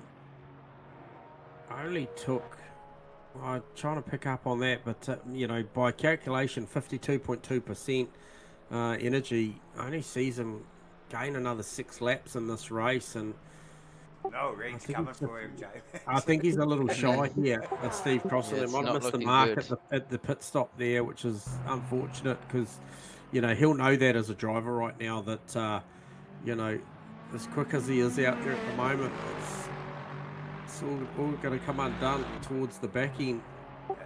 And just remember, like Gunther Rose currently, third in that GT class as it stands. And you don't have to look far down the road to see Noah Reed's car. You can see it in camera shot.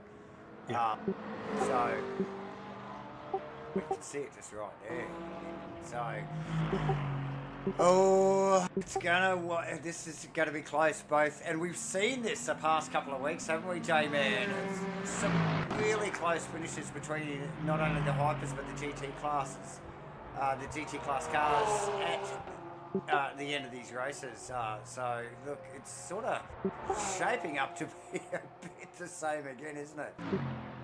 Yeah, it is, and like, look, even Matty Clark there, you know, with 86.3% remaining, with a predictive 9.7 laps. I think Harry Lawrence going to press the issue here at 94.5%. He's comfortably going on. He's got just under 11 laps remaining energy, and look, if you know, Isaac called it earlier, depending on what the hypers do and where they're situated is whether they get round another lap. I know that they're a lap down, so it'll be potentially calculated, but I think I'd prefer to be in Harry's position right now with the extra on board and being able to press the whole way for this final 37.5 minutes, as opposed to maybe Matty has to think about rolling out, as you say, Isaac, into the odd corner just to make a little bit of energy, and it's significant already. I mean, we look at Matty Clark, 8.7% on a 5-lap average versus 8.1% for Harry Lawrence. Now, what does that look like if we go and have a look at per lap? 8.9 to 8.4. It's significant. There's definitely a good margin in there. And I did think I just caught Matty Clark just early shifting, so I'm not sure if he's already aware of that. Maybe we could bring Matt Clark in and just see if he is aware of the deficit, or if he isn't aware. I do know that if you do put a little bit of less fuel in for the race on the MFD, on our pit stop MFD that we can see on the game, it will say fuel save, it'll say urgent fuel save, you know, it'll say you need to pit for fuel again, pretty much. So I do wonder if that's coming up on Crossy's already game. Just telling him already, mate, you need to come back into the pits.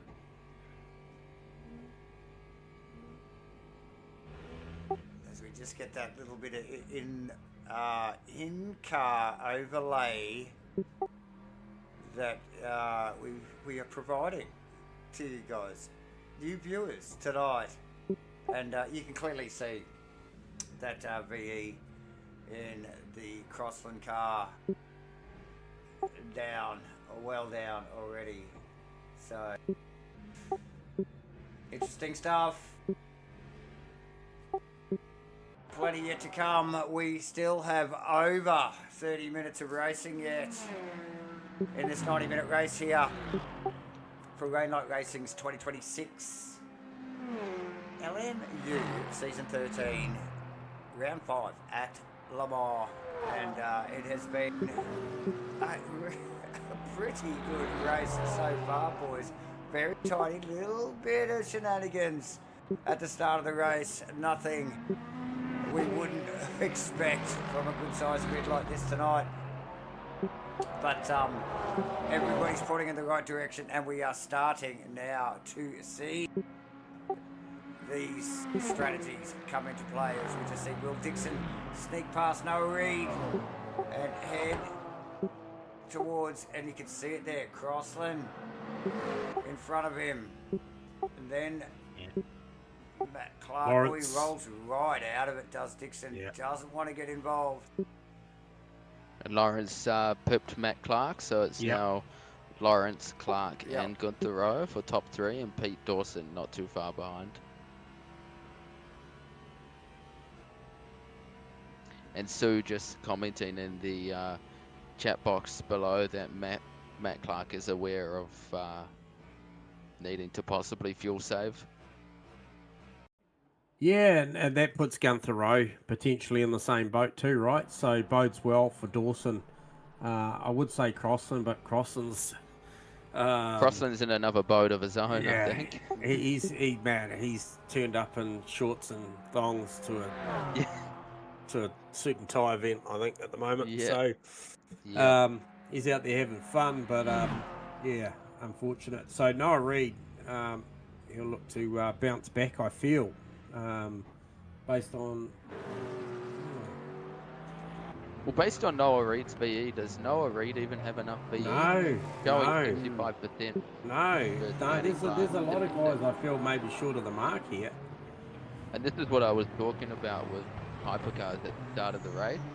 It can really catch you off guard, bar 1 or 2 laps. You know, you might have to do 1 or 2 laps, or you might not add in that extra fuel, and then it'll bite you at the end of the race. So hopefully that's not the case, but time will tell, eh? Yeah, Time will a tell. lot to shake up, for sure. Dixie though out there doing the business. And Robbie they Mitchell's have- DNF'd, by the way, boys, by looks of it. So I'm not sure what's happened to Robbie Mitchell. Ooh. Oh, See if we can catch that on the replay.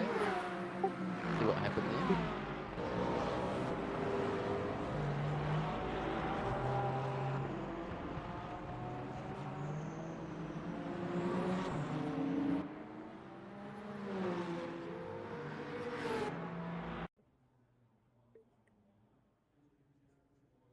And I will say, just while we've got a little bit of free airtime, that if anyone's watching and wants to join the Rainlight Racing Hypercar boys, then we do still have available slots to enter. So if you do like what you see, come along and get your backside to the track side. Isn't that what they say?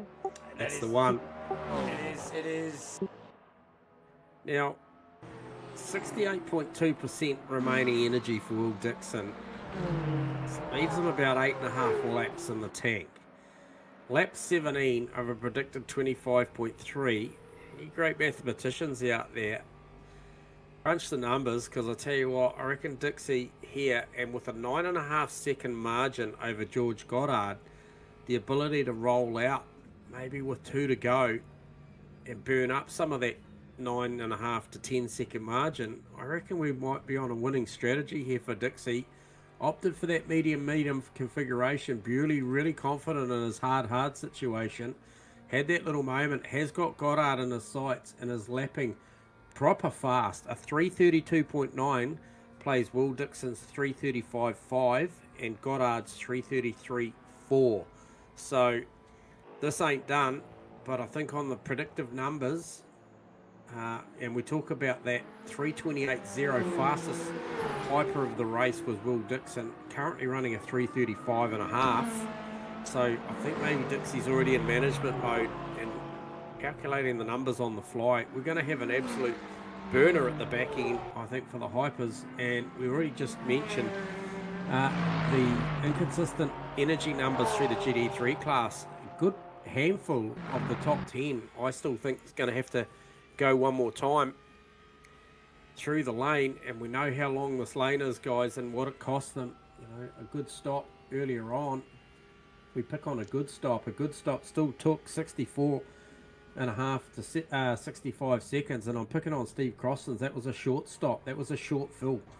Saw him only 30.6 seconds on the jack, so it'd obviously be less than that at the back end for a splash and dash. However, it's the transit time. It's what you burn up on not being on track. So wouldn't have predicted this one coming into this one tonight, boys. Davo, you were pretty pumped up about Le Mans. Isaac, you're always pumped up about the racing, so Mate, of course. I wouldn't have scripted this one. Well, it's funny you say that, J-Man. You know, myself and a couple of the other boys, you know, we've done a couple of endurance races. Not to say this is an endurance race, but we've done a couple of multi-class racing. And if you're not careful, like I was saying earlier, if you don't factor in how many laps the hypercar guys will go, because they're lapping it a lot quicker than a GT3. So sometimes what you'll see is, if you were to watch Will Dixon, it'll say he's going to do approximately 25.5 laps. And then possibly if you go on to a GT3 car, it might say 26.5. So if you save, or if you just add in what it's telling you, not adding in what the hypercar may do, it'll all come to get you at the end of the race, which is what we might be seeing. Yeah, well, oh, Dixie's off. Sorry, boys, to pick up. He's in the fence. Calling it live. The 12 car gets it all wrong. I was watching the margin come down from 10 seconds down to 6 seconds, and now it's a negative for Dixie. He's around about 8 seconds off now, and so that strategy's all just been undone. Never mind about energy and fuel saving. Incidents on track will change it in a heartbeat. Bewley, straight to the top. Back in the top, eh? He grabs Wow, Goddard go and Drager. figure. Here we go. Yeah, never count Bewley out, can you, boys? I know, you know, speaking from experience. And he'll have plenty of juice left. As we just pick up a Bewley. So should I say Dixon's crash there? So totally unforced error coming out of, I'm not sure which corner that is. It's about turn 5, I think it is, or 6. There, and just loops it around, backs it in the fence. I'd be interested to know how damaged that car potentially is. That has put, like you boys just quickly pointed out, puts Nathan back in the lead. Nathan Bewley leading the race over Chris Fraser, and then George Goddard in the Peugeot has just been there all of this race. Awesome stuff, actually. As Goddard is just, he's up 3 positions from his start. So awesome stuff. But how things can change so quickly, boys. Yep, all it takes is one lapse of concentration, or just one mistake, and it's all over really, isn't it? Yeah, absolutely. Pete Dawson, Steve Crossland, Noah Reid. We just picked on Hayden Taggles. Tegg. Oh, we were literally on board with Hayden Tegg there. Was coming up on the back. I think that was Noah Reid, Crossland and Dawson. Yep. And just looked like it just pinched the rears up. And it was all over. We will, of course, Hayden, get a replay for the viewers. So here we go. Oh, crossing around now, unforced. Through the chicane, meets the fence. Oh, and nearly gets in, and Teggles nearly gets into the back of Crossland there. Okay, we are gonna go directly from that little incident to the next one, ladies. You know, because that's what it's all about here. We're gonna keep you guys up to date with what's going on there. Oh, Crossy just grabbed too much of the loud pedal. Gets the thing flipped around quickly, like you boys mentioned. But Teggles in the hyper, recovering, comes around very quickly. And yes, lucky to miss that. Wow, how didn't that change? Like, in the last 10 minutes, we're just going, oh, look, it's all about the tyre and the EPE strategy now. And then all of a sudden, here we are. Cue the fourth quarter, boys, and it's time to play. True that.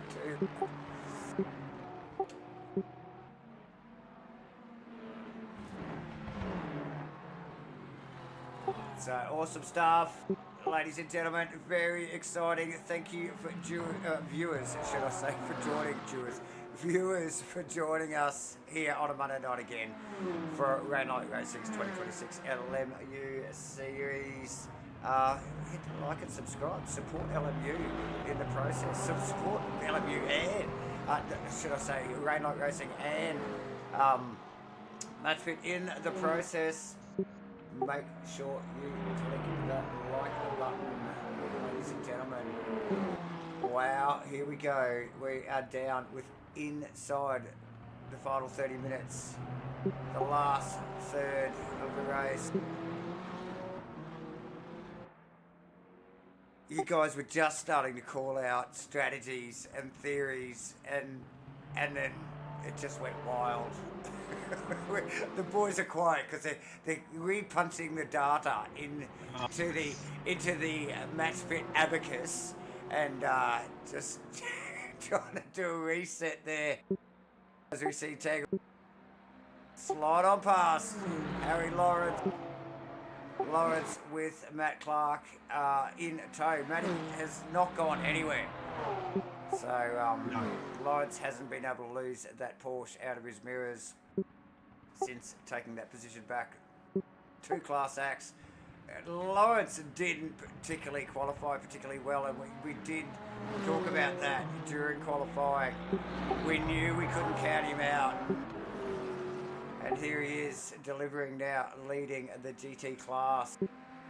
Bewley. That's an interesting story that we probably won't go back into. But yeah, with a bit of a snaggy error, putting that car off.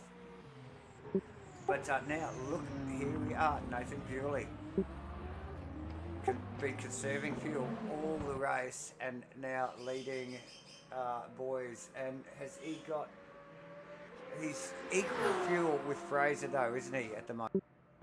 Yeah, different manufacturers and the same energy rating as well. So what's that, Chris Fraser and the Genesis, is it? Yep, that's the Genesis. Yes. They're J-Man, yep. And still got George Goddard right there. Yeah. And not too far away on the energy. Goddard's still got around 6.8 laps in it. He won't need that. I don't think so. 19 of a predicted 26.1. Now, this comes back to that story that you talked about, Isaac, about, you know, just the proximity, the speed of the hypers. It's thrown, I think, a few of the GT3 boys out of kilter here as far as their predictive consumption and what they needed to do. I personally, I think it was based on a lot of how, when they came in, I felt like a good portion of them, Crossland and Co. Obviously, Crossy got the numbers wrong, but I thought they were a little bit early based on the numbers, or maybe it was just taken out of their hands by how fast these cars are lapping these hypers. But certainly big upsets there. Crossy down to the final 11% of his run here. Yeah, hasn't done himself any favours, has he, J-Man? No, and I mean, Noah Reid, 4.2 laps remaining in the tank. I think he's just a touch shy. And I think Pete Dawson's going to be smiling about that. Isaac, you talked about the drivers having the awareness that they can see the energy of the car in front and behind him. Pete Dawson be well aware that he's got 5.2 in the tank. Noah Reid's only got 4.1, so he's effectively a full % better off. And, you know, if Reid has to roll out and make this thing live another lap, that'll be all PD's way, and that is for, you know, that's pretty important. Top 4, Gunther Rowe is a fair. Wow, he's actually not. He's only just up the road. Based on his numbers, he's looking pretty handy as well. He's similar to Pete Dawson. So I still think there are going to be quite a few guys tied at the line. Quick replay here, boys. If you guys have got this on, I think it's George Goddard. With oh, and there is contact turns both of the cars. So I think that was Dixon. No, Dixon snuck past. No, it would have been Chris Fraser in the Genesis and Goddard in the Peugeot. Yep. Wow. So And Robbie Mitchell just saying in the chat as well that he was having a decent race until the pit stop, and he lost 2 positions to Fraser and Bewley, and then after Teagles stopped in front of him, he was blocked, unfortunately. So I'm not sure if that's the reason for the DNF or if there is another reason for that, but just FYI.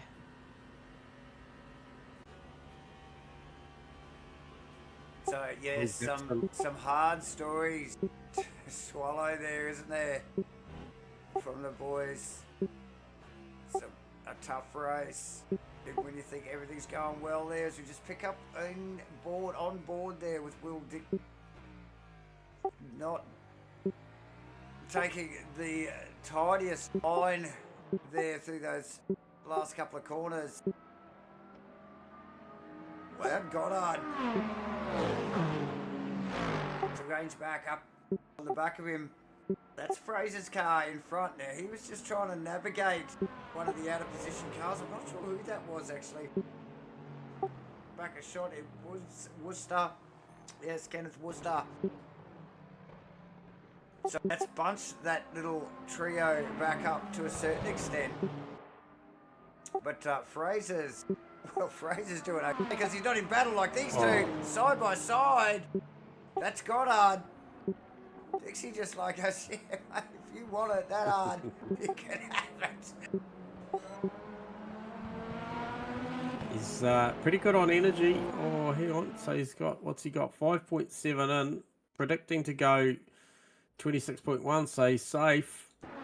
No question that Bewley's got this thing locked down. He's got 5.7 left in the tank.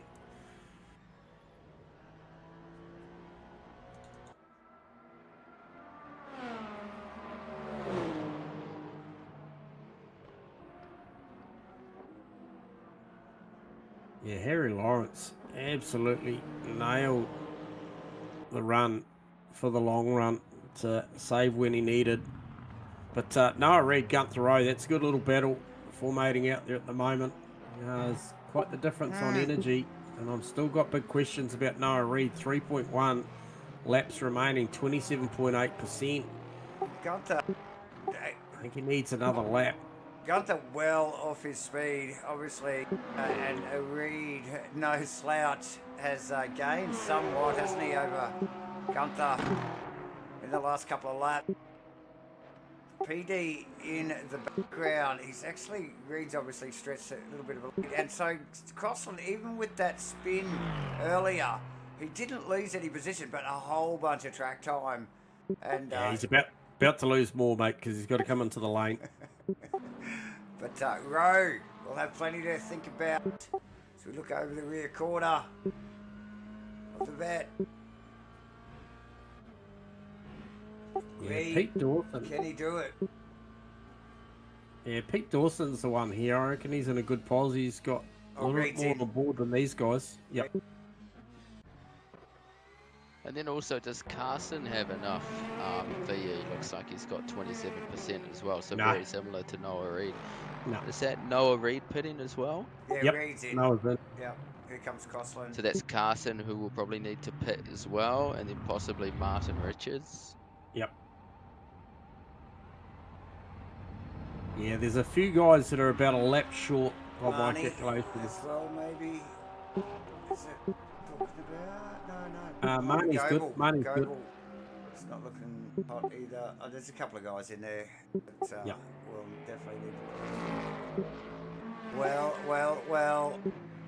Here we go. Last final 15 minutes to run. Gunther Road holding down that third spot on the podium in the GT class.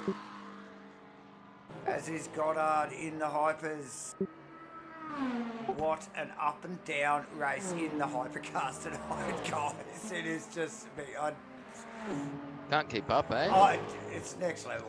It is literally next level. Well, the only thing that hasn't changed is Bewley is currently sitting in the top spot, and that's where he started. So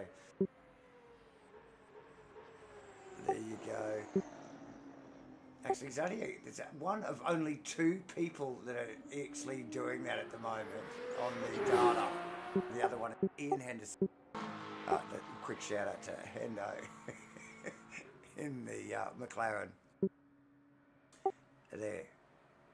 Started in 21st. Still in 21st. You're a legend.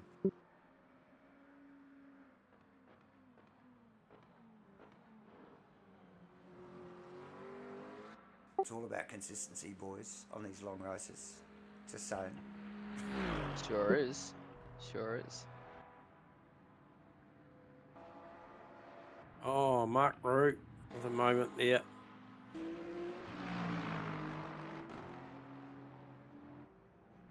Oh, Ken Worcester's going to round him up, I think. He does. Yep. Quick, smart, actually. So still got questions for me. Gunther Rowe is cutting it fine. 3.5 laps. It's on lap 19.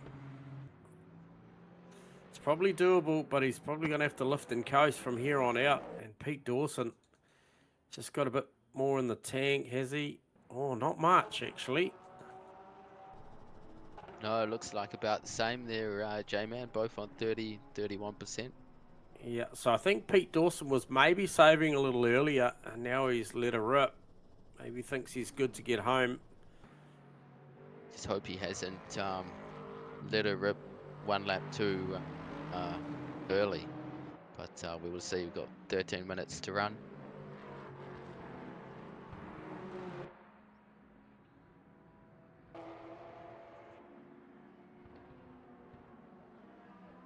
A nice healthy lead now for Nathan Bewley.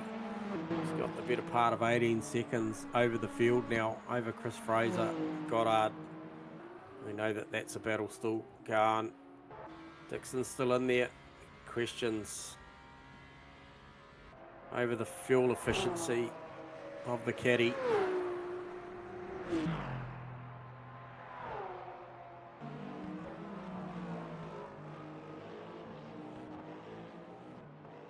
They say, Isaac, you don't buy a V8 if you're worried about the cost of fuel. Get me that. That's for sure. That's for sure.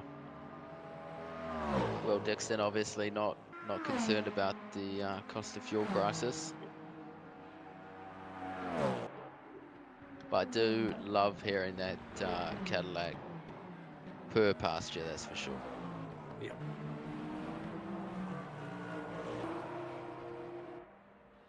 Looks like Harry Lawrence has this under control for now, and Matt Clark, I assume, will be fuel saving or lifting and coasting. Who was that? That's Bewley going past Lawrence there in the back sector of the circuit there. Lawrence well offline to allow that Bewley through there. It's probably allowed Matty just to maybe get a little bit on him. Oh, was that might have been crossing, it was too, sorry.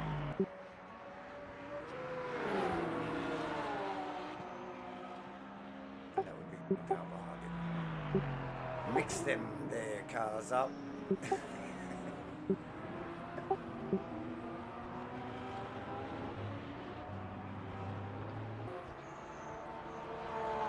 Good run here for Phil Davison, boys, in the 777 Esports entry.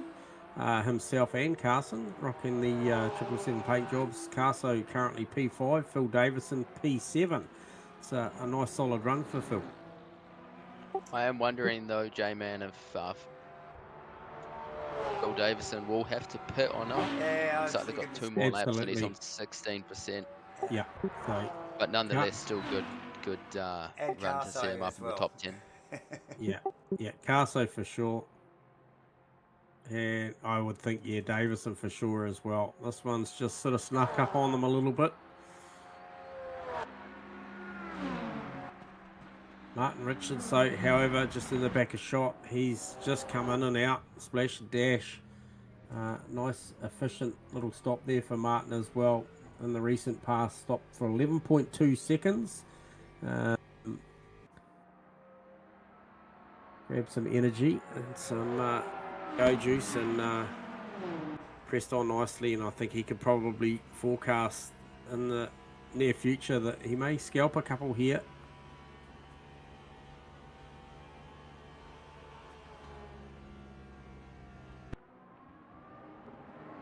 So Gunther Rowe maybe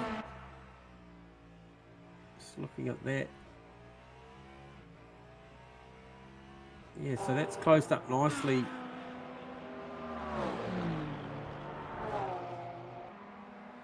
Yeah, Pete Dawson right on the tail of Gunther Rowe there, running about the same amount of VE as well.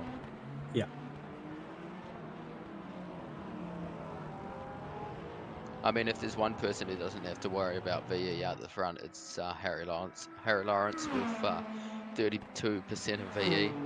Yeah, he's comfortably home. And the numbers say he's got 3.6 laps left in the tank, scheduled for 23.8 here. He'll be good.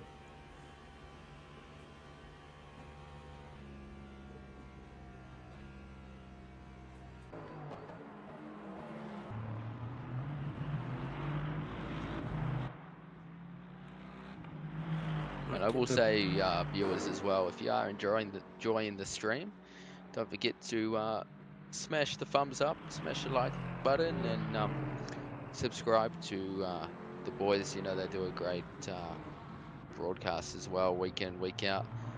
Monday nights for Rainlight, which is always our night, and then a few other events that they do as well. So yeah, if you do like what you see, give them a follow and a like on the live stream. I'm sure they'll appreciate it.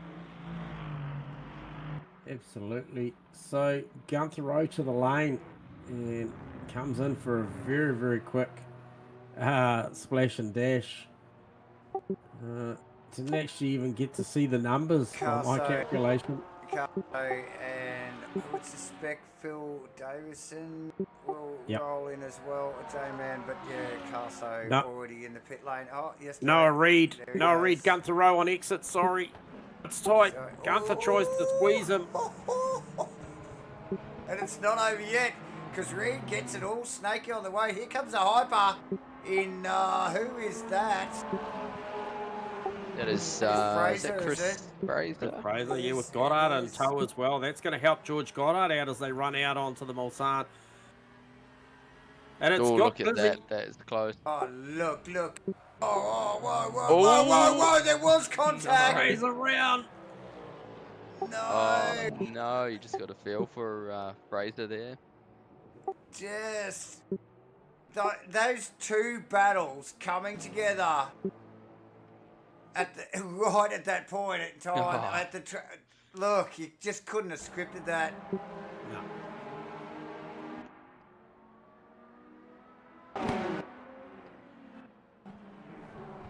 Oh, and it was actually Gunther Rowe that tagged the back of Fraser's car there. Fraser had obviously rolled out of it because the boss was in front of him, of Noah Reid. And, oh, my. It was a hell of a scene, J-Man. Oh my gosh. Yep. So again, the order gets mixed. Welcome to multi-class racing, boys. Woohoo! Hey. So Reed Park. Richards and Carso. That's a good battle too.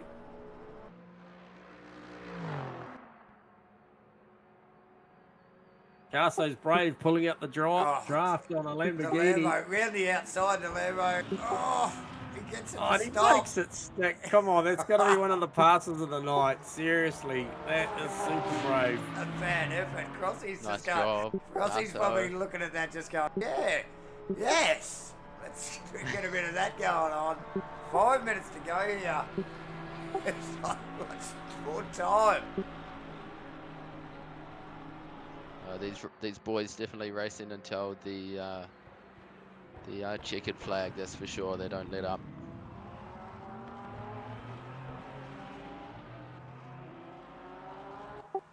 Well. Now, Pete Dawson.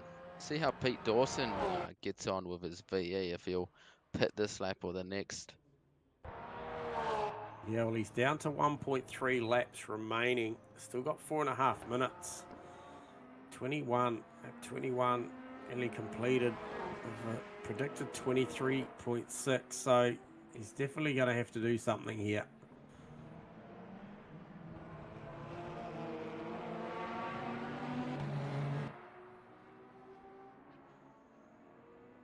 Matty Clark, he goes through another lap. He's got 1.4 laps in the tank as he crosses the line. About this time of the race, J-Man, you'll be hoping that the hypercars don't do one more lap. That's for sure. Pretty much. So let's get a read. Let's get a read. Where is Nathan Bewley? Just behind Matthew Clark. Okay.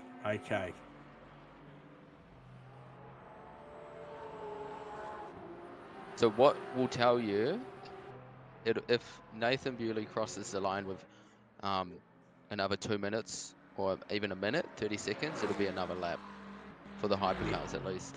Yeah, just having a look at the numbers. Last lap round for Bewley was a 3:35.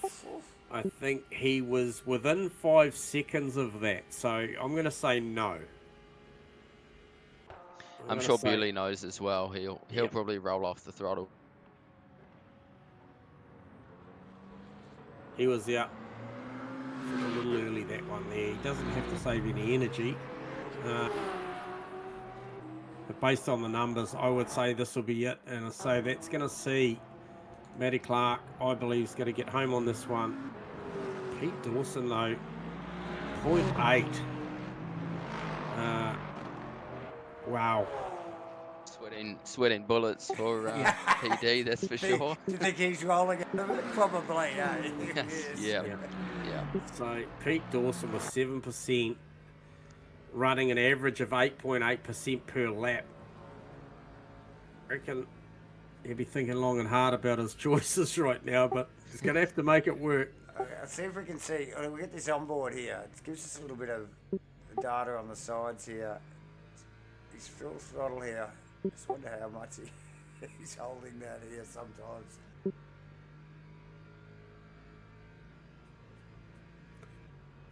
That trace is right the way to the top, mate. It is. It's solid. Doesn't look like any fuel saving. He didn't even roll out of it in behind the Aston there either. No. So, it's all on the table here for PD. Awesome stuff.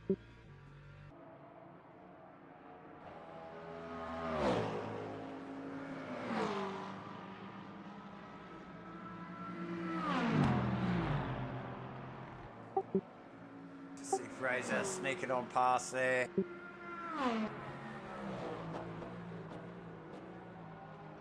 Where is Taggles actually? Oh yeah, no, he's going to get back to those boys.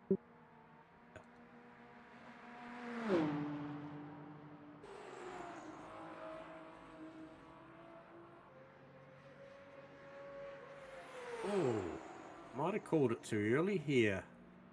I think Nathan might have to do one more lap, possibly. Yeah, it's I looking think like he it, might. Which is what I was saying earlier in the race. Yeah. Yeah. You can tell when these boys are thinking hard at the numbers here. Everything goes quiet in the I tell you in what, the office that here. really upsets the whole top the three. whole VE for everyone. Yeah, big time, and he is. He's coming through the final corner now. And he's got plenty. He's Now gonna with So the he's final got lap. plenty. Well, he's got 1.1 laps left, so he's calculated this brilliantly. Came across with about 28 seconds remaining on the Here timer. we go. Dixon But Dixon's in. Dixie has to go. He was on 0.3. He didn't have any choice. Chris Fraser's safe. So Hey, that's did you ever it. look and see That's what Matthew the, Clark in. GT3s are doing, yeah. Clarky's in. Yeah. And this is exactly what I was telling you boys about 5 Austin minutes and- ago. I said you watch the time, PD's in. and Yep. There Yep. it is. And So this is going to upset the podium here. Noah Reed's going to Again. see himself with an opportunity here, I believe. for Reed, Yeah, Reedy could potentially, depending on. he's Okay, not coming so in. He ain't coming so in. Pete, no, he's not. He's already been in. So PD, he's in and out. What did he do? What was the numbers? Okay, He's PD. not out yet, actually. He's only just rolling out now. No one's going to get him here. Yep. very close between Matt Clark and There Noah it is. Reid. So Reed through on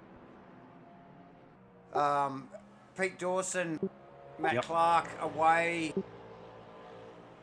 Richardson, Crossland. with a small margin, but a margin all the same, yes. Are these boys coming across to get in the checkered flag now?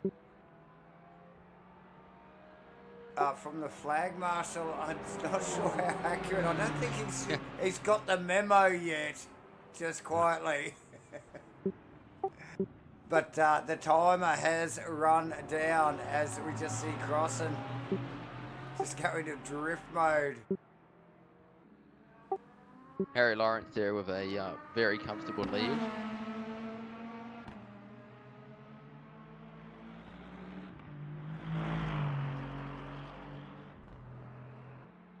And we will just get those VE numbers up on the tower there, like viewers, so you can see how critical this is when it comes down to the end of a 90-minute race here around Le Mans. These guys have literally set this up. Man, that is close. That is close. So a few boys having to do late pit stops there. But the boys that have managed to crunch the numbers correctly, all over Nathan Bewley forcing that one last lap, really did shake things up. Unbelievable. What a spectacular race it has been. Oh. The ups and downs, the hypers, has been madness. Who would have thunk? Really back. And Goebel and Rue had to dive to the lane at the very end as well, boys. Here So we they've go. just come in. So there you go, ladies and gentlemen. Nathan Bewley takes round 5 at Le Mans. What an effort over George Goddard, rounding the final corner there. Chris Fraser next in line. Will Dixon and then Hayden Tagg. But we must get to, where are we at here with the Lawrence car? He must be coming around to come across the line. These guys were actually the hypers and the GT cars were actually reasonably close here, the way it sort of panned out. So we are going to watch the GT cars here come across the line. Quick, smart. Harry Lawrence getting it done. 6 overall, first in class. Matthew Clark in the Porsche. up and down race for him. He's actually made, I think, a reasonable gains. Clarkey did 5 up on his qualifying time. So nice work from Matthew Clark. Going to get second position and no Reed. And look, we saw this car, I think, turned or into the wall or both very early in the race. And to drag himself back into 8th overall and 3rd in class. Awesome work. J-Man, talking about awesome. Have we got somebody to talk to here tonight? Who we Yeah, start with? Are we going to do 6 interviews? How are we going to break this down for me tonight? I think tonight, what we'll do is we'll go straight to the top. We'll grab Nathan Bewley, the victory lane straight away. We'll grab for the top spot. You got us on comms, Nathan? Hey fellas, how's it going again? Mate, well, I feel like it's better now than the last time I talked to you, and delivered at the back end. Obviously, made that tyre situation and the strategy work for you really comfortably at the end, and dictated a little bit of the race duration as well along the way as well, Nathan. I think there'll be a lot of guys that wished you hadn't have gone through for that final lap. However. Look, it was under your control, mate, and well controlled it was in the end. A very, very good margin, mate. You'd be happy with that one? Yeah, thank you, boys. Yeah, oh, I mean, mate, I literally didn't have enough margin behind to slow down, to, if you were to, like, give the boys one less lap, because the guys in there, the other guys were too close. I think we needed about, like, 35 or so seconds, and look at that, the gap at the end, about 14. So, yeah, it was like, mate, I was literally just running it as hard as I could. But confidently knew you had the energy to make it as well, by the look of it, Nathan. I mean, you were certainly out of the frame for us as far as who could, who couldn't. You look like you played that one well and truly perfectly. No, like I said during the broadcast, no real panic from Nathan Bewley at the start of that one. And even picking up on the tone of your voice after that spin when I grabbed you, mate, you didn't seem like you were overly rattled.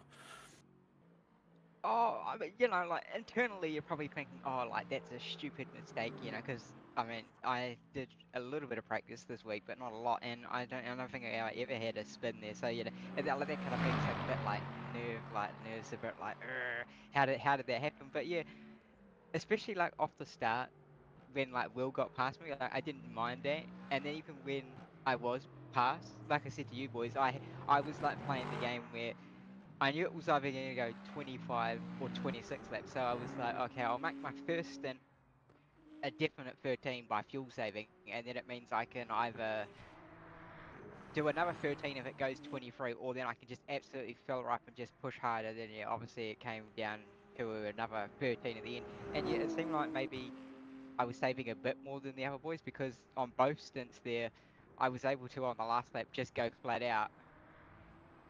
Yep.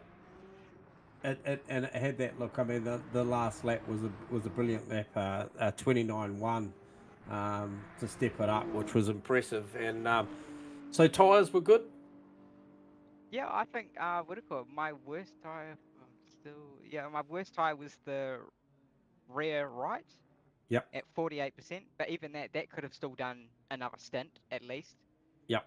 And even like, yeah, I obviously had that little spin, like even though it was slow spin, but still that thing when it like slides across the concrete, it damages a bit. But yeah, it was felt pretty good. Well, I mean, hey, look, like I said, I had still that little bit of pace right at the end there. If I needed to, I could put in laps like that. But if I like didn't have to save fuel, yeah, it was just a shame because I'd say me getting past Chris on, I think it might have been either the in lap or the lap before, was probably a big move for my race. And then obviously coming out the pits in front of both Chris and then Rob at that point. I don't know if Rob might have got stuck behind all of us, like then he had to like diagonal to come out of pits. And then yeah, looked like Will had a bit of a misfortune, and then George, obviously it's hard because you see like a yellow and then you kind of like go, oh my god, where is this person? And it looked like then he took too much inside curve, and then he kind of like spun George on himself, probably trying to like avoid, we're probably thinking, oh my god, where's Will? So yeah, and then that made my race pretty comfortable at the end. It meant that I didn't really have like anyone pushing me that hard that I could like save that bit extra or just be a bit more safer in the traffic. Yeah, nah, beautifully managed, mate. Like it takes the full hour and a half performance to do what you did. So well done, Nathan. Fantastic performance once again. Can never count you out. Even after the spin, we just know the sort of performances that you put on, mate. So well done. Congrats on that, mate. And as per usual, mate, opportunity to shout out your supporters, your sponsors, everyone lining up to get behind Nathan Bewley. Floor is yours, mate. Oh, hopefully I made the race exciting for you. Definitely didn't do that Always. spin on purpose. It's no, but God, I don't have any sponsors. Like I said, I'm here for fun and all that most of the time. Like I said, even after that spin, when I talk to you boys, that's my main thing. Turn up and try to finish. And then wherever I finish, it doesn't matter too much to me. And yeah, a big shout out to obviously you guys in the combox. Put on a good show. It means it's good. It's a good watch for me tomorrow or Wednesday that I can like watch the race, because yeah, I'm like focused on what I'm doing, that I don't get to see other battles. And then look, like behind me there was a good battle for a moment between excuse me, George and Chris, and then it looked like when I was coming through the GT battles there were some really good battles. So yeah, Yeah. and then obviously the drivers, they're the ones that make the show. If it was Who- only me, it'd just be hot lapping, and yeah, that could be fun to watch. But yeah, I it's want to better see when that, there's Bewley. it's better Thanks, when mate. there's a lot more competition. Yeah, no, absolutely. Well said, mate. Well said. And congrats, Nathan. Another beautiful performance, mate. Well done. Thank you. There you go. There you go. That is Nathan Bewley from P1 and the Hypers. I'm going to reach straight for the top spot on the GT3 cars because I'm watching the clock, and we'll see what we can get through. But we never count out Harry Lawrence. And man, what a performance tonight for this man. You got us on comms, mate. I do. But everything going on out there tonight, Harry, and yeah, a lot of pressure from Matty Clark at points, mate. But played that one really, really smart with the energy and sort of once again, bit like Nathan Bewley and the Hypers, the signs were on the wall really early with the efficiency and the race run. Bit of practice in this week, or pretty much just run what you brung. No, there was a fair bit of practice done for a race pace, but not with fuel saving. I didn't realize it would be a fuel saving race. Yeah. But I mostly was able to do that fuel saving race because there was an incident behind. I don't know what happened, but once I had a pretty big gap on lap 2, I thought I could just drop the pedal off and just coast that extra lap in to make the second stint a lot easier. Yeah, and towards the back end though, you sort of had you factored that the Hypers might get that one more done, and that might have been an issue. And were you at all concerned? I know the numbers when you got to the last lap looked safe, but heading to that final quarter, that final 25, were things tracking along nicely, or did you think you had to lift and coast a little bit more than maybe you would have wanted? I was watching or looking at Nathan's VE percentage, and it looked like he could do the extra lap, so I thought I was fine. Yeah. Turns out I was, so I had I guess, time to still get that 11th lap in if I needed to, but I didn't need to, and was able to just put in a few fast laps and try and go for a fastest lap attempt at the end. Yeah, nice work, and some good battles along the way, mate. Obviously, so early stages, there's a lot of guys out there that were pretty keen on just on the track position. So lots of battles. Obviously, we saw you trading with Matty Clark. You're no stranger to going out there and getting some good laps down with Matty, and that was pretty entertaining. But nonetheless, towards the back end, you just had that upper hand. But you must have enjoyed the battles along the way. Yeah, sure did. I was very surprised to pass Noah around the outside at Indianapolis. That caught me quite off guard. I was only just testing the waters, and then he's broken early, and I've kind of broken early, so we've both gone too wide into there, and it's like a bit awkward. But with Matty Clark, yeah, I knew we had the ponies down the straight, but once I figured out he didn't want to save and he just wanted to go, I just let him go and tried to sit behind him and maybe get a bit of his toe just to make my life a little bit easier. Yeah, Yeah. So a bit of a chess game out there at times at the start there, like there's I think yourself and Nathan really probably held your nerve early, backed your strategy, and certainly came away with the right formula in the back end. But look, fantastic performance once again, Harry. It's always a pleasure having you on here on a Monday. So, we don't mind when footy season's over because we get to see a little bit more of you once again. These guys have really got to bring the A game to try and work out how to crack the code when it comes to finishing in front of Harry Lawrence. So well done, mate, and look, opportunity for you to shout out your supporters and sponsors before we let you go. But yeah, congrats, mate, from the team up here. It was fantastic to watch. Thank you. Yeah, it's always great to race in this league. Always good and well represented and organised. So thanks to Crosby and Gunther. I know there was a bit of server problems, so those guys deserve appreciation for tonight. Yeah, too true, too true. Well done. There you go, Harry Lawrence, your winner from round 5 at Le Mans for the GD class, and did it really in good fashion in the end too. Really comfortable as well. So well done, Harry. Absolutely. And Isaac, is there anybody you would like me to bring down for a quick chat? Out of, obviously there's still 4 people on the podium. I'm not sure if we've got time for everybody, but is there anyone in particular that steps out for you for a great performance, maybe a comeback, or it don't necessarily have to be on the podium, but you can see the list above you if there's someone you want to have a chat. If you don't, that's okay. David doesn't mind paying the sponsors, but I will quickly get Martin in, the new guy. Let's get him in the hot seat. He has no idea what he's jumping into. He said previously that he was a bit nervous about getting into the hot seat, but be curious to see how he goes. Okay, well, the floor is yours, mate. I'll fire him in here. Oh, I was going Has to, he just left? and he Has he left, just mate. I was hovering over him, and he heard it. And he was just like, "I'm out of here."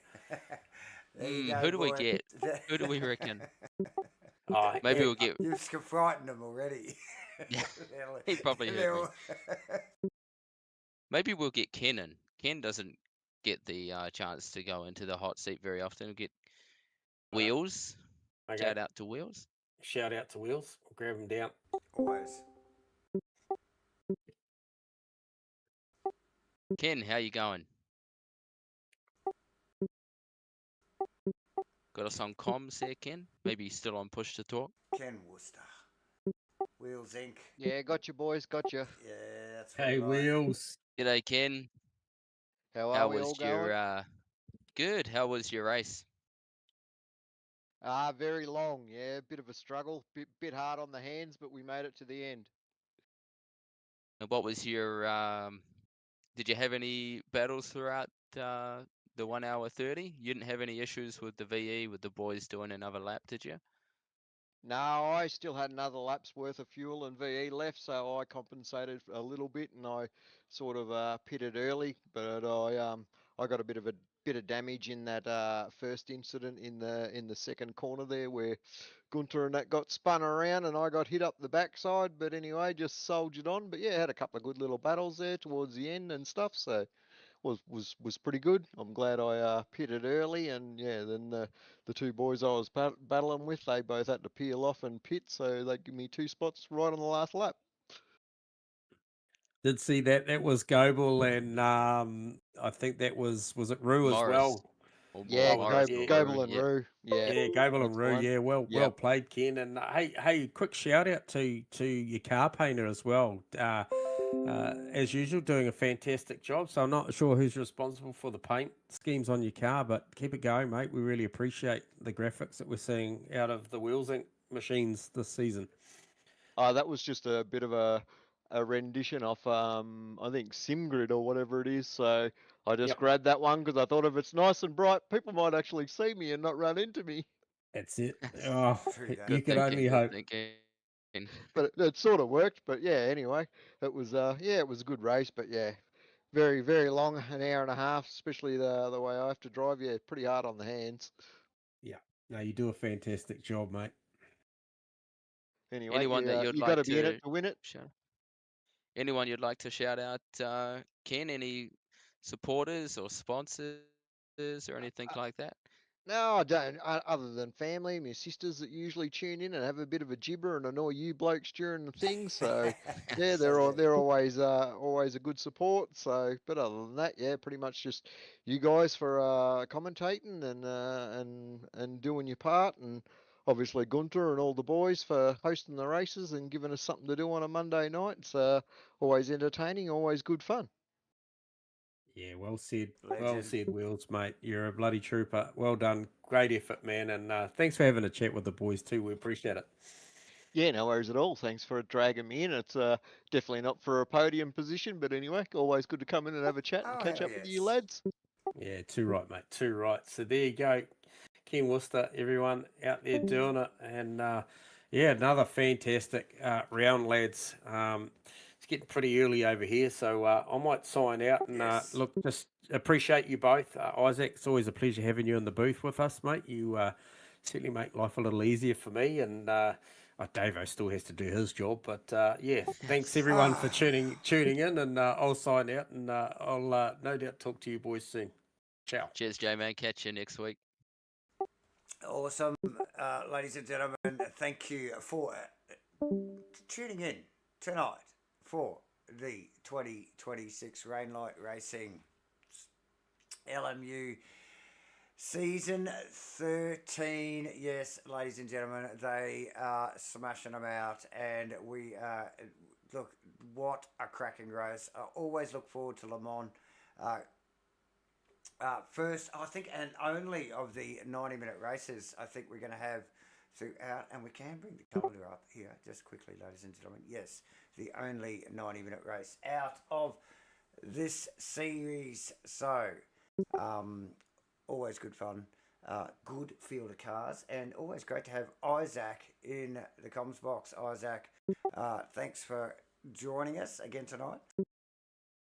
Yeah, of course, it's been a pleasure commentating alongside yourself, Davo, and J-Man, and something that I always look forward to if I can't get on the sim rig at home or away. But hopefully looking to be back Monday, but we shall see. Don't, I come may on. be here. I Don't, may be you may be. there, do a cameo appearance. Keep you on your toes, eh? It's Hey, what look, keeps you young. that's right. That's right. Awesome stuff. And so, thank you, Isaac. Thank you, J-Man. And obviously, thank you, Sim Blacks, True to Life Racing Designs, Mr. Grippy, and Crossy 43, and everybody. Oh, Matchfit Entertainment as well for bringing it to you live tonight here. That was round 5 in Rainlight Racing's 2026 LMU Season 13 at Le Mans.